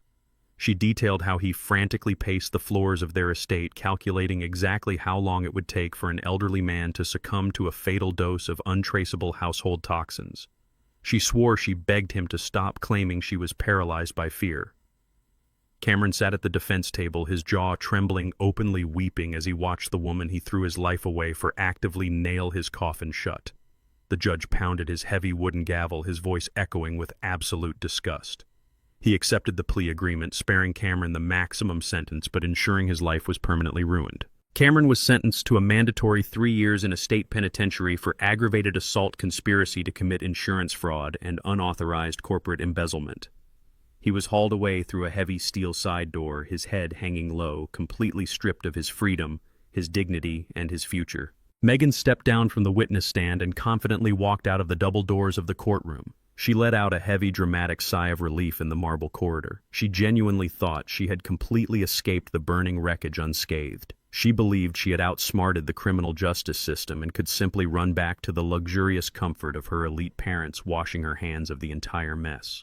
She thought she was entirely free, but Gallagher and I were waiting for her right by the elevator banks. Megan stopped dead in her tracks, her smug expression faltering. Gallagher stepped directly into her path and forcefully pressed a thick, heavy manila folder into her chest. She instinctively grabbed it, looking down in sheer confusion. "You secured criminal immunity from the district attorney for the insurance plot, Megan," I said, my voice echoing coldly off the marble walls. "But criminal immunity does not protect you from massive civil liability." Gallagher smiled a sharp, predatory smile. "You have just been officially served, Megan. My firm is filing a devastating civil lawsuit against you for massive credit card fraud, unjust enrichment, and grand larceny." You personally forged signatures to access my clients' corporate accounts. You stole hundreds of thousands of dollars to fund your designer handbags, your luxury spa treatments, and your European vacations. We are suing you for every single penny you unlawfully extracted, plus maximum punitive damages." Megan's face turned to the color of ash. She stammered, claiming her parents would hire the best defense attorneys in the state to crush my lawsuit. I took a slow step forward, looking down at her panicked eyes. "Your parents are currently facing total catastrophic bankruptcy because I pulled Vanguard's funding," I reminded her smoothly. "Arthur and Eleanor do not have the liquid capital to pay for their own legal defense, let alone yours. In fact, to save whatever microscopic shred of elite social standing they have left, they officially disowned you yesterday. You are completely and utterly cut off." The civil court moved swiftly to approve Gallagher's emergency injunction. By the end of the week, every single bank account tied to Megan's name was aggressively frozen. The luxury vehicles were swiftly repossessed. The designer clothes and expensive jewelry she loved to flaunt were legally seized to pay down the massive civil judgment I won against her. She was entirely stripped of her fake elite status, her wealthy safety net, and her arrogant pride. The woman who once stood on a glass balcony and told me I did not belong in her neighborhood was reduced to dragging a single cheap plastic suitcase through the gravel parking lot of a rundown roadside motel on the absolute fringes of the city limits. She had betrayed everyone to save herself, and in the end she was left with absolutely nothing. While Megan was learning exactly how cold the streets could be without my credit cards to keep her warm, Cameron was discovering that the concrete walls of a state penitentiary offered absolutely no protection from the ghosts of his past. He had traded his tailored Italian wool suits for a scratchy, oversized orange jumpsuit. He traded his Michelin-star dinners for lukewarm mass-produced slop served on a partitioned plastic tray. But the most terrifying adjustment for my son was not the sudden loss of high-end luxury. It was the brutal, undeniable realization that the corporate safety net he had relied on his entire life no longer existed. In the real world, when Cameron made a massive financial mistake, he simply shuffled the numbers around on a spreadsheet or manipulated a loved one into footing the bill. Inside a maximum security facility, financial debts were not settled with polite emails or restructured payment plans. They were settled with extreme, calculated physical violence behind closed doors. When Richard Sterling, the chief executive of Cameron's former firm, initiated that emergency forensic audit, he uncovered a massive hole in the proprietary client capital. But what Sterling did not publicize, and what Gallagher only uncovered through deep back-channel investigations, was how Cameron had initially tried to cover his tracks before the audit officially dropped. Desperate to replace the embezzled corporate funds after I froze his accounts, Cameron did not just go to a standard bank. Traditional banks require collateral, and Cameron technically owned absolutely nothing. Instead, he reached out to an unregulated, highly illicit private equity syndicate operating deep within the shadows of the city's financial district. These were not men who wore expensive suits to court. They were ruthless, violent predators who laundered money through untraceable shell companies and charged exorbitant predatory interest rates. Cameron had borrowed a staggering amount of cash from them, promising a massive, immediate return on investment, fully intending to use my accidental death life insurance payout to settle the books. He wagered his life on the guarantee of my murder. When his plot was exposed and he was abruptly sent to prison, that illicit debt did not just magically disappear into the ether. It actively compounded every single day. And the men he borrowed from had extensive, deep-rooted connections inside the very state penitentiary where Cameron was currently serving his 3-year sentence. I had spent decades running a commercial construction empire. In the 1980s, you could not pour a single yard of concrete in this city without brushing up against mob-tied unions and underground syndicates. I knew exactly how the criminal underworld operated. When you owe a legitimate bank, they simply take your house. When you owe a loan shark, they take your blood. Cameron had willingly walked into a den of vipers, completely blinded by his own corporate arrogance. 3 months into his sentence, a thick, crumpled envelope arrived at my penthouse. It bypassed the standard prison mail screening system, entirely likely smuggled out by a bribed guard or a released inmate operating as a courier. There was no return address, just my name scrawled on the front in handwriting that was barely legible. I sat at my pristine kitchen island, poured myself a dark espresso, and sliced the envelope open with a heavy silver letter opener. The letter inside was written on cheap lined notebook paper. It was stained with sweat and something dark that looked suspiciously like dried blood. The words on the page were frantic, jagged, and dripping with absolute primal terror. "Dad, Please." The letter began, completely abandoning all pretense of his former pride. "You have to help me. They found me.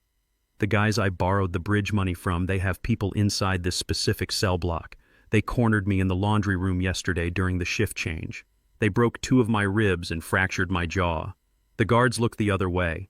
They told me the interest has doubled, and they know exactly who you are. They know you have millions of dollars sitting in your holding company. They gave me exactly 1 week to get the money transferred to an external offshore account, or they are going to blind me in my right eye. Then they will come back next month for the left. Dad, I am begging you on my hands and knees. I know I messed up. I know I deserve to be in here, but I do not deserve to be tortured to death in the dark. I will sign away any future rights to anything you own. I will formally disown myself. I will never contact you again for the rest of my life. Just please call Gallagher. Pay the debt, pay them, and save my life. Save." I read the desperate pleading words twice. I could perfectly picture him sitting in his dark, damp cell, clutching his broken ribs, terrified of every single shadow that passed by his bars. He was finally realizing that his silver tongue and his corporate buzzwords could not save him from a brutal beating. He was experiencing the raw, unfiltered consequences of his own sociopathic greed. Yet even in his absolute terror, he remained incredibly predictable. He expected me to do exactly what I had always done. He expected me to swoop in at the 11th hour, write a massive check, and make all his terrifying problems disappear into thin air. He thought his physical pain would finally override my steely resolve. He believed the biological tie between a father and a son would force my hand to open my wallet one last time. He thought I would prioritize his physical safety over the memory of his attempt to murder me. I folded the bloody, desperate letter perfectly in half and placed it in the center of the marble kitchen island. I did not pick up my phone to call Gallagher to arrange a discreet wire transfer. I did not contact the prison warden to request emergency protective custody for my son. I finished my espresso in total silence. Then I walked over to the stack of morning newspapers resting on my glass coffee table and pulled out the business section. I scanned the pages slowly until I found exactly what I was looking for. It was a short, poignant editorial column written by a retired financial advisor regarding the collapse of over-leveraged corporate firms. The headline was printed in bold, undeniable black ink. Personal accountability, the brutal cost of borrowed time. I took a pair of heavy scissors from my desk drawer and carefully clipped the article out of the newspaper. The edges were perfectly straight. I pulled out a crisp, blank piece of premium white cardstock and taped the clipping squarely in the center of the page. I did not write a letter in return. I did not offer any words of comfort, condemnation, or lingering anger. The headline spoke volumes entirely on its own. It was a silent, devastating declaration of my absolute finality. I slid the cardstock into a thick, heavily reinforced envelope, addressed it directly to his specific inmate identification number at the state penitentiary, and walked down to the lobby to drop it in the outgoing mail slot. I knew exactly what would happen when that envelope reached the prison mailroom. When Cameron received that heavy package a few days later, his trembling hands would tear it open with frantic, desperate energy. He would be expecting to find official confirmation of a massive wire transfer or a legal lifeline to his ultimate salvation. He would be expecting his father to rescue him from the wolves. Instead, he would pull out a single piece of cardstock and find nothing but a printed reminder that his debt was entirely his own burden to bear. I had officially closed the bank. The safety net was permanently destroyed. Cameron was going to face the men in the laundry room entirely alone, and he was finally going to pay his massive debts with the very last currency he had left. 6 months after the trial concluded, life had settled into a comfortable, quiet rhythm. The noise of the legal battles, the frantic phone calls, and the aggressive posturing were all replaced by the smooth hum of my construction firm's daily operations and the peaceful evenings in my penthouse. The city moved on completely indifferent to the corporate and familial drama that had consumed my life. I had reclaimed my space, my wealth, and most importantly, my peace of mind. I still occasionally thought of Cameron sitting in a cramped cell, learning the brutal lessons of accountability the hard way, but the sharp sting of his betrayal had dulled into a distant ache. The consequences of his actions were his own, and I had long since washed my hands of his self-imposed destruction. It was a crisp Thursday evening in late October. I had just finished a highly successful dinner with a group of international investors at L'Amour, an incredibly exclusive, incredibly expensive French restaurant located in the heart of the historic district. the kind of place that required reservations months in advance and demanded a strict dress code. I stepped out of the warm, softly lit restaurant and into the cool night air, adjusting the collar of my tailored overcoat. The cobblestone street was quiet, save for the low murmur of wealthy patrons waiting for their cars. I walked up to the brightly lit valet stand, pulling my ticket from my pocket. The attendant was standing with their back to me, aggressively organizing a chaotic stack of keys. The uniform was standard: a slightly oversized white button-down shirt, a cheap black tie, and a thick red vest bearing the restaurant's logo. As I approached and extended my hand with the ticket, the attendant turned around. The transaction should have taken exactly 5 seconds. It should have been a seamless exchange of paper for a set of keys. But time instantly froze. It was Megan. She did not look like the woman who used to stand on my glass balcony and demand that I be evicted. She did not look like the woman who carried $8,000 handbags and spent her afternoons sipping champagne at the country club. She looked completely hollowed out. Her hair, once perfectly styled and highlighted, was pulled back into a messy, uneven ponytail. Her face was pale, devoid of the expensive makeup she used to meticulously apply, revealing dark, exhausted circles under her eyes. The arrogance that used to define her entire existence had been entirely scrubbed away, replaced by the sheer crushing exhaustion of someone who was finally forced to work a grueling minimum-wage job just to survive. The moment our eyes met, the shock hit her like a physical blow. She gasped, her hands trembling so violently she dropped the set of keys she was holding. They hit the pavement with a sharp clatter. She scrambled to pick them up, her face turning crimson with an absolute suffocating shame. She recognized me immediately. She recognized the custom Italian suit, the vintage gold watch, and the calm, unbothered posture of the man she had tried to ruin. She desperately tried to turn her face away, shrinking into her oversized vest, hoping the shadows of the valet stand would swallow her whole. I did not flinch. I did not raise my voice or cause a scene. I simply stood there, my expression completely impassive, holding out the ticket. She took it with a shaking hand, refusing to make eye contact. She quickly signaled for another attendant to retrieve my vehicle, desperately trying to speed up the interaction so she could escape the excruciating humiliation. When my sedan pulled up to the curb, she opened the door for me, keeping her head bowed low, silently praying I would just get in and drive away without saying a single word. I reached into my pocket and pulled out a crisp $15 bill. I held it out to her. Megan hesitated, her eyes flickering up to mine for a fraction of a second. She saw no anger. She saw no vindictive pleasure. She saw nothing but pure, unadulterated indifference. "Take it, Megan," I said softly, my voice calm and perfectly steady. She slowly reached out and took the money, her hand shaking as her fingers brushed the paper. "The first honest money you have ever earned," I said, looking her directly in the eyes. "Congratulations." I stepped into my car and closed the door. As I pulled away from the curb, I glanced in the rearview mirror.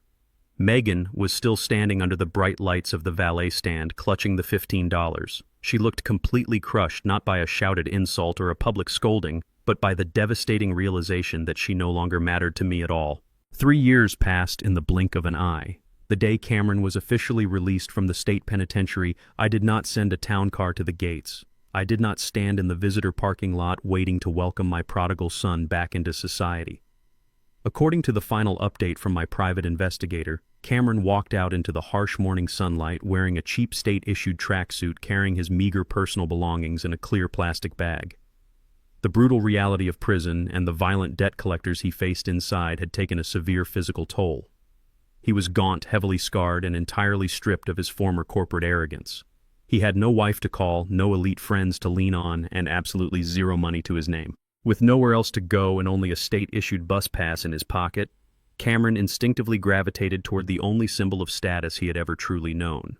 He took a grueling 2-hour transit ride out to the upscale suburbs, walking the final miles to the affluent neighborhood where he once played the role of a wealthy executive. He was hoping to look at the $936,000 estate. Perhaps his shattered mind thought seeing the old brick and glass would give him a shred of his former identity. Or maybe he foolishly hoped I had kept the property, that I would be sitting on the front porch, ready to forgive his ruthless attempt on my life. He turned the corner onto the familiar tree-lined street, his pace quickening with a desperate, pathetic hope. But he abruptly stopped dead in his tracks. The sprawling luxury estate was completely gone. The manicured lawns, the guest suite he tried to evict me from, the grand oak staircase where Megan used to stand, it had all been violently pulverized by heavy bulldozers nearly 2 years ago. I did not just sell the house to a random investor. I bought the adjacent lots, leveled the entire property, and rezoned the land. In its place stood a massive, beautifully designed, state-of-the-art community facility. It was vibrant and bustling with life. Teenagers were playing basketball on a pristine outdoor court, and younger children were running through a lush community garden. Cameron slowly walked up to the heavy wrought iron front gates, his hands gripping the cold metal bars. He stared up at the massive bronze letters bolted directly into the modern masonry. It read, "The Evelyn Youth Center," and right beneath it, etched deeply into a polished cornerstone for the entire world to see, was a secondary plaque. Fully funded by Lawrence. I had completely eradicated the toxic monument to his greed. I wiped his fake empire off the face of the earth to build a permanent living legacy dedicated to the only woman who ever truly understood the meaning of unconditional love. Cameron stood on the public sidewalk, a convicted felon looking through the bars at the joyous sanctuary built directly over the grave of his entitlement. He had absolutely nothing left to claim. It was late November, the kind of biting, unforgiving cold that seeped right through your bones. I was sitting in the warmth of my penthouse library reviewing the quarterly philanthropic reports for the newly opened Evelyn Youth Center when my private unlisted phone began to ring. Only Gallagher and my senior wealth manager possessed this specific number. I glanced at the glowing screen. Unknown caller. I let it ring 3 times before my instincts told me exactly who was waiting on the other end of the line. I pressed the answer button and held the phone to my ear in total silence. The sound of heavy, shivering breaths filled the receiver, accompanied by the harsh roar of highway traffic and the howling wind. I closed my eyes for a fraction of a second. I remembered teaching a 7-year-old Cameron how to properly tie his winter boots before we went out to shovel the driveway. I had wrapped my heavy wool scarf around his small neck, telling him that a man must always learn to protect himself against the cold. I had spent my entire adult life shielding him from the freezing realities of the world. But the man shivering on the other end of the line was not my little boy anymore. He was a convicted felon who had meticulously researched how to murder me for an insurance payout. "Dad," a broken, agonizing voice croaked through the tiny speaker. It was Cameron. He sounded completely unrecognizable. His corporate bravado, his arrogant sneer, and his profound entitlement had all been completely eradicated by 3 years in a concrete cell and the brutal reality of the streets. "Dad, please do not hang up. I know you changed your number." I spent the last 3 days begging one of Gallagher's junior clerks outside the courthouse just to get this. "Please, just give me 1 minute." I remained perfectly silent, letting his frantic pleas spill into the void. "I am at a public phone near the transit station." Cameron sobbed, his teeth literally chattering against the receiver. "I went to the estate, Dad. I saw what you built. I saw the youth center. I have nothing. I have absolutely zero money. My parole officer put me in a halfway house and I am freezing. I am so hungry. I just want to sit in a warm room and look you in the eye. I just want one single chance to call you Dad again and apologize for everything. Just one chance. I will sweep the floors at the youth center. I will do anything." I listened to the raw, unfiltered desperation pouring out of my son. He was finally experiencing the exact level of vulnerability he had callously tried to force upon me when he thought I was a disposable burden. He was begging for the exact same grace he had actively denied me. I took a slow, deliberate breath, feeling the comforting warmth of my own sanctuary surround me. "Pack up your life, Cameron," I said, my voice perfectly calm, steady, and entirely devoid of emotion. "You don't belong in my world anymore." I did not wait for his response. I did not want to hear his final shattered cry. I pulled the phone away from my ear, tapped the red button, and immediately blocked the number forever. The quiet, immaculate peace of my penthouse returned instantly. The toxic cycle was finally and permanently severed. The morning after I permanently severed the final tie to my son, the sun rose over the financial district with a piercing, crystalline clarity. I stood on the balcony of my penthouse, feeling the brisk winter air against my face, entirely unburdened. The heavy, suffocating weight of paternal obligation that had chained me for decades was completely gone. At precisely 9 o'clock, the private elevator chimed. Gallagher stepped into the foyer carrying a heavy combination locked leather briefcase. His face was set in a mask of absolute professional focus. We had spent the last 3 years destroying a parasite. Today we were going to build a monument. I poured 2 dark espressos, slid one across the kitchen island, and gestured for him to open the case.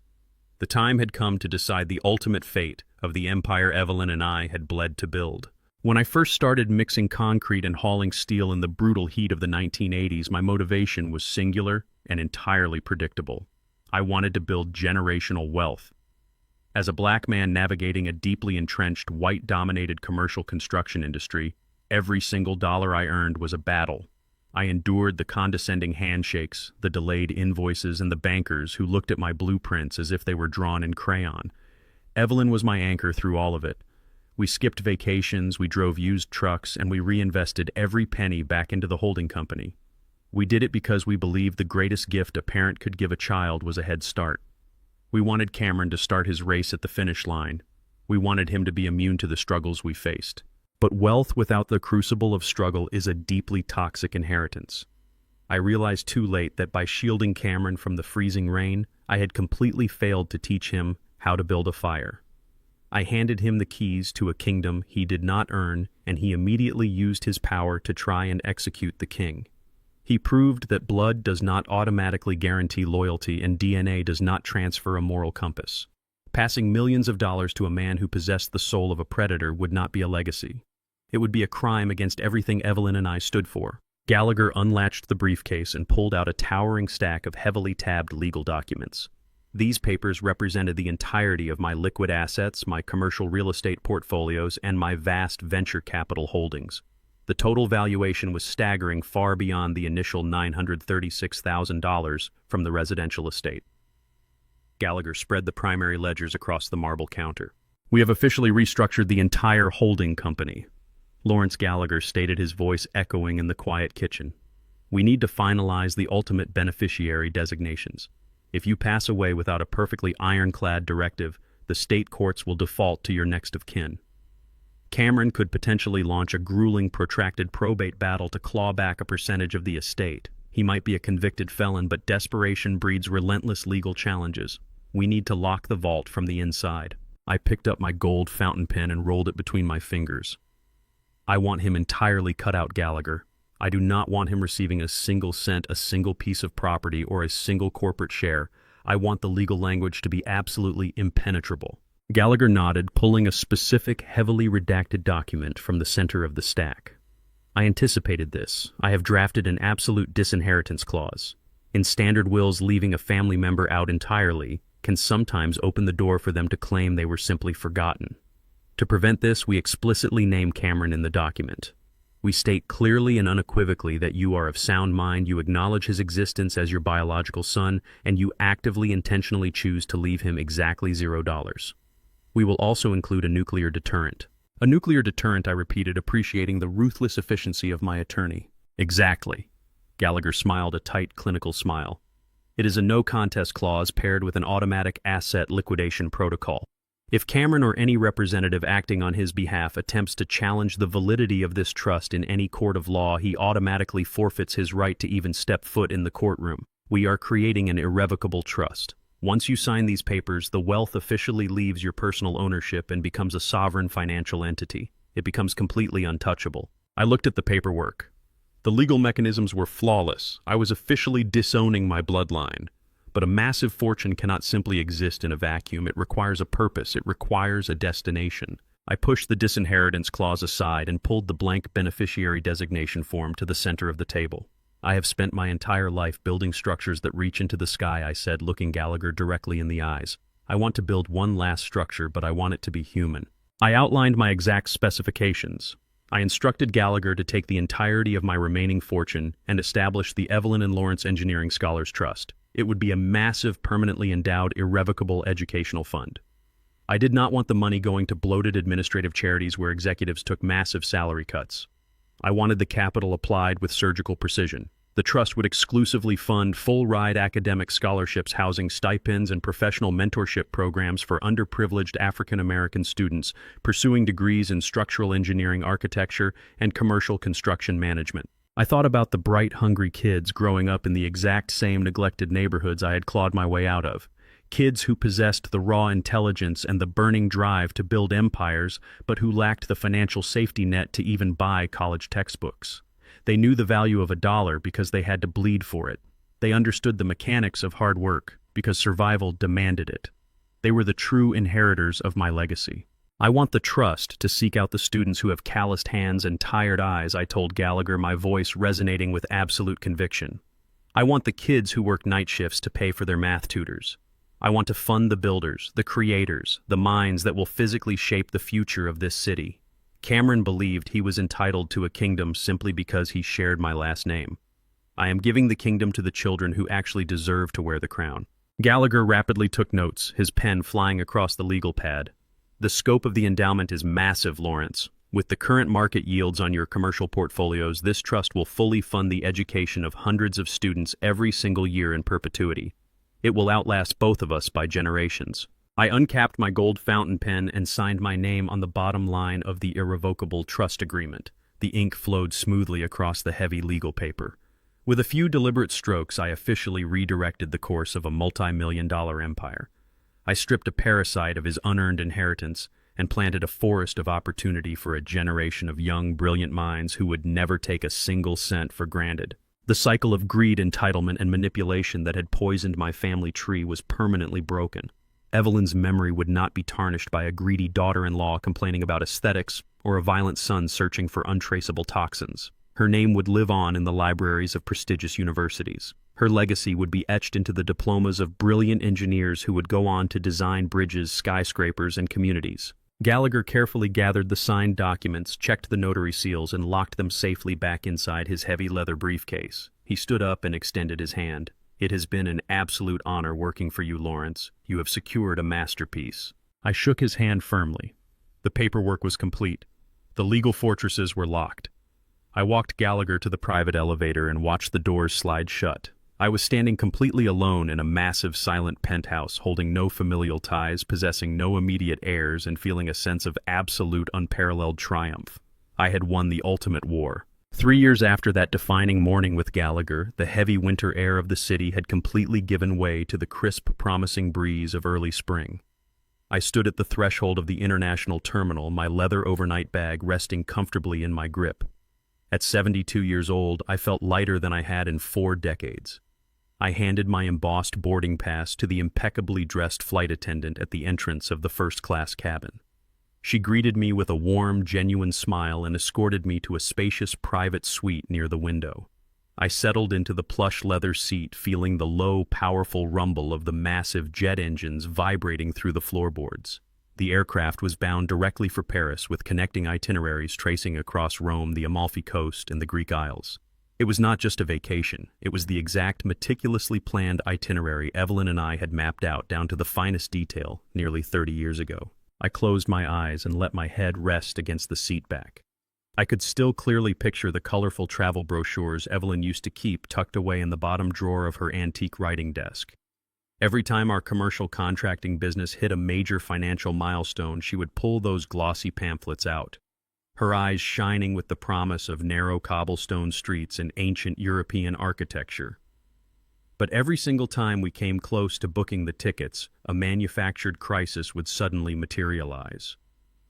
Cameron needed an expensive private tutor to keep his grades up. Cameron wanted to join an elite out-of-state lacrosse training camp. Cameron needed a massive down payment for his first luxury apartment because he felt insecure around his wealthy college peers. We folded the brochures up and put them back in the dark drawer, convincing ourselves that sacrificing our own dreams was the ultimate definition of good parenting. We believed we were building a runway for his future. We never realized we were just financing our own emotional captivity. Sitting in the luxurious cabin, completely unburdened by his parasitic greed, I softly patted the breast pocket of my tailored suit jacket. I carried a small silver locket containing a photograph of Evelyn. I was finally taking her on the trip she deserved. The runway was entirely ours. Far below the soaring altitude of the climbing aircraft, down on the unforgiving concrete pavement of the city, a harsh neon orange sanitation vest stood out against the gray morning commute. Cameron gripped the heavy wooden handle of an industrial push broom, his knuckles white and heavily scarred from the freezing temperatures. The state had released him on strict parole, but the reality of a federal embezzlement conviction, combined with an attempted murder charge, meant that the corporate boardrooms he once strutted through were permanently locked away. He was legally barred from holding any position involving financial trust. The only employment he could secure to satisfy the rigid demands of his parole officer was minimum wage municipal sanitation. Cameron pushed a heavy pile of wet, decaying street debris toward the gutter, his chest heaving with exhaustion. His back ached, a sharp, constant reminder of the brutal physical lessons he had learned inside the penitentiary. He stopped to catch his breath, leaning heavily against the broomstick. He looked up, his hollow, defeated eyes tracing the massive brick and glass facade of the building he was assigned to clean. Towering above him were the gleaming bronze letters reading, "The Evelyn Youth Center." Groups of bright, ambitious African-American college students walked right past him carrying heavy textbooks and drafting laptops. They laughed, discussed engineering equations, and talked excitedly about the generous scholarship stipends that had completely changed their lives. They did not look twice at the broken middle-aged man in the neon vest sweeping the curb. To them, he was entirely invisible. He was a ghost haunting the edges of a kingdom he had viciously tried to steal. Cameron stared at the cornerstone plaque honoring my name. The realization of his absolute failure crushed him daily. He was forced to physically maintain the perimeter of the very legacy that had replaced him. He had traded an empire of unconditional love for a handful of dirt, and now dirt was the only thing he was allowed to touch. A sudden thunderous roar echoed from the atmosphere above.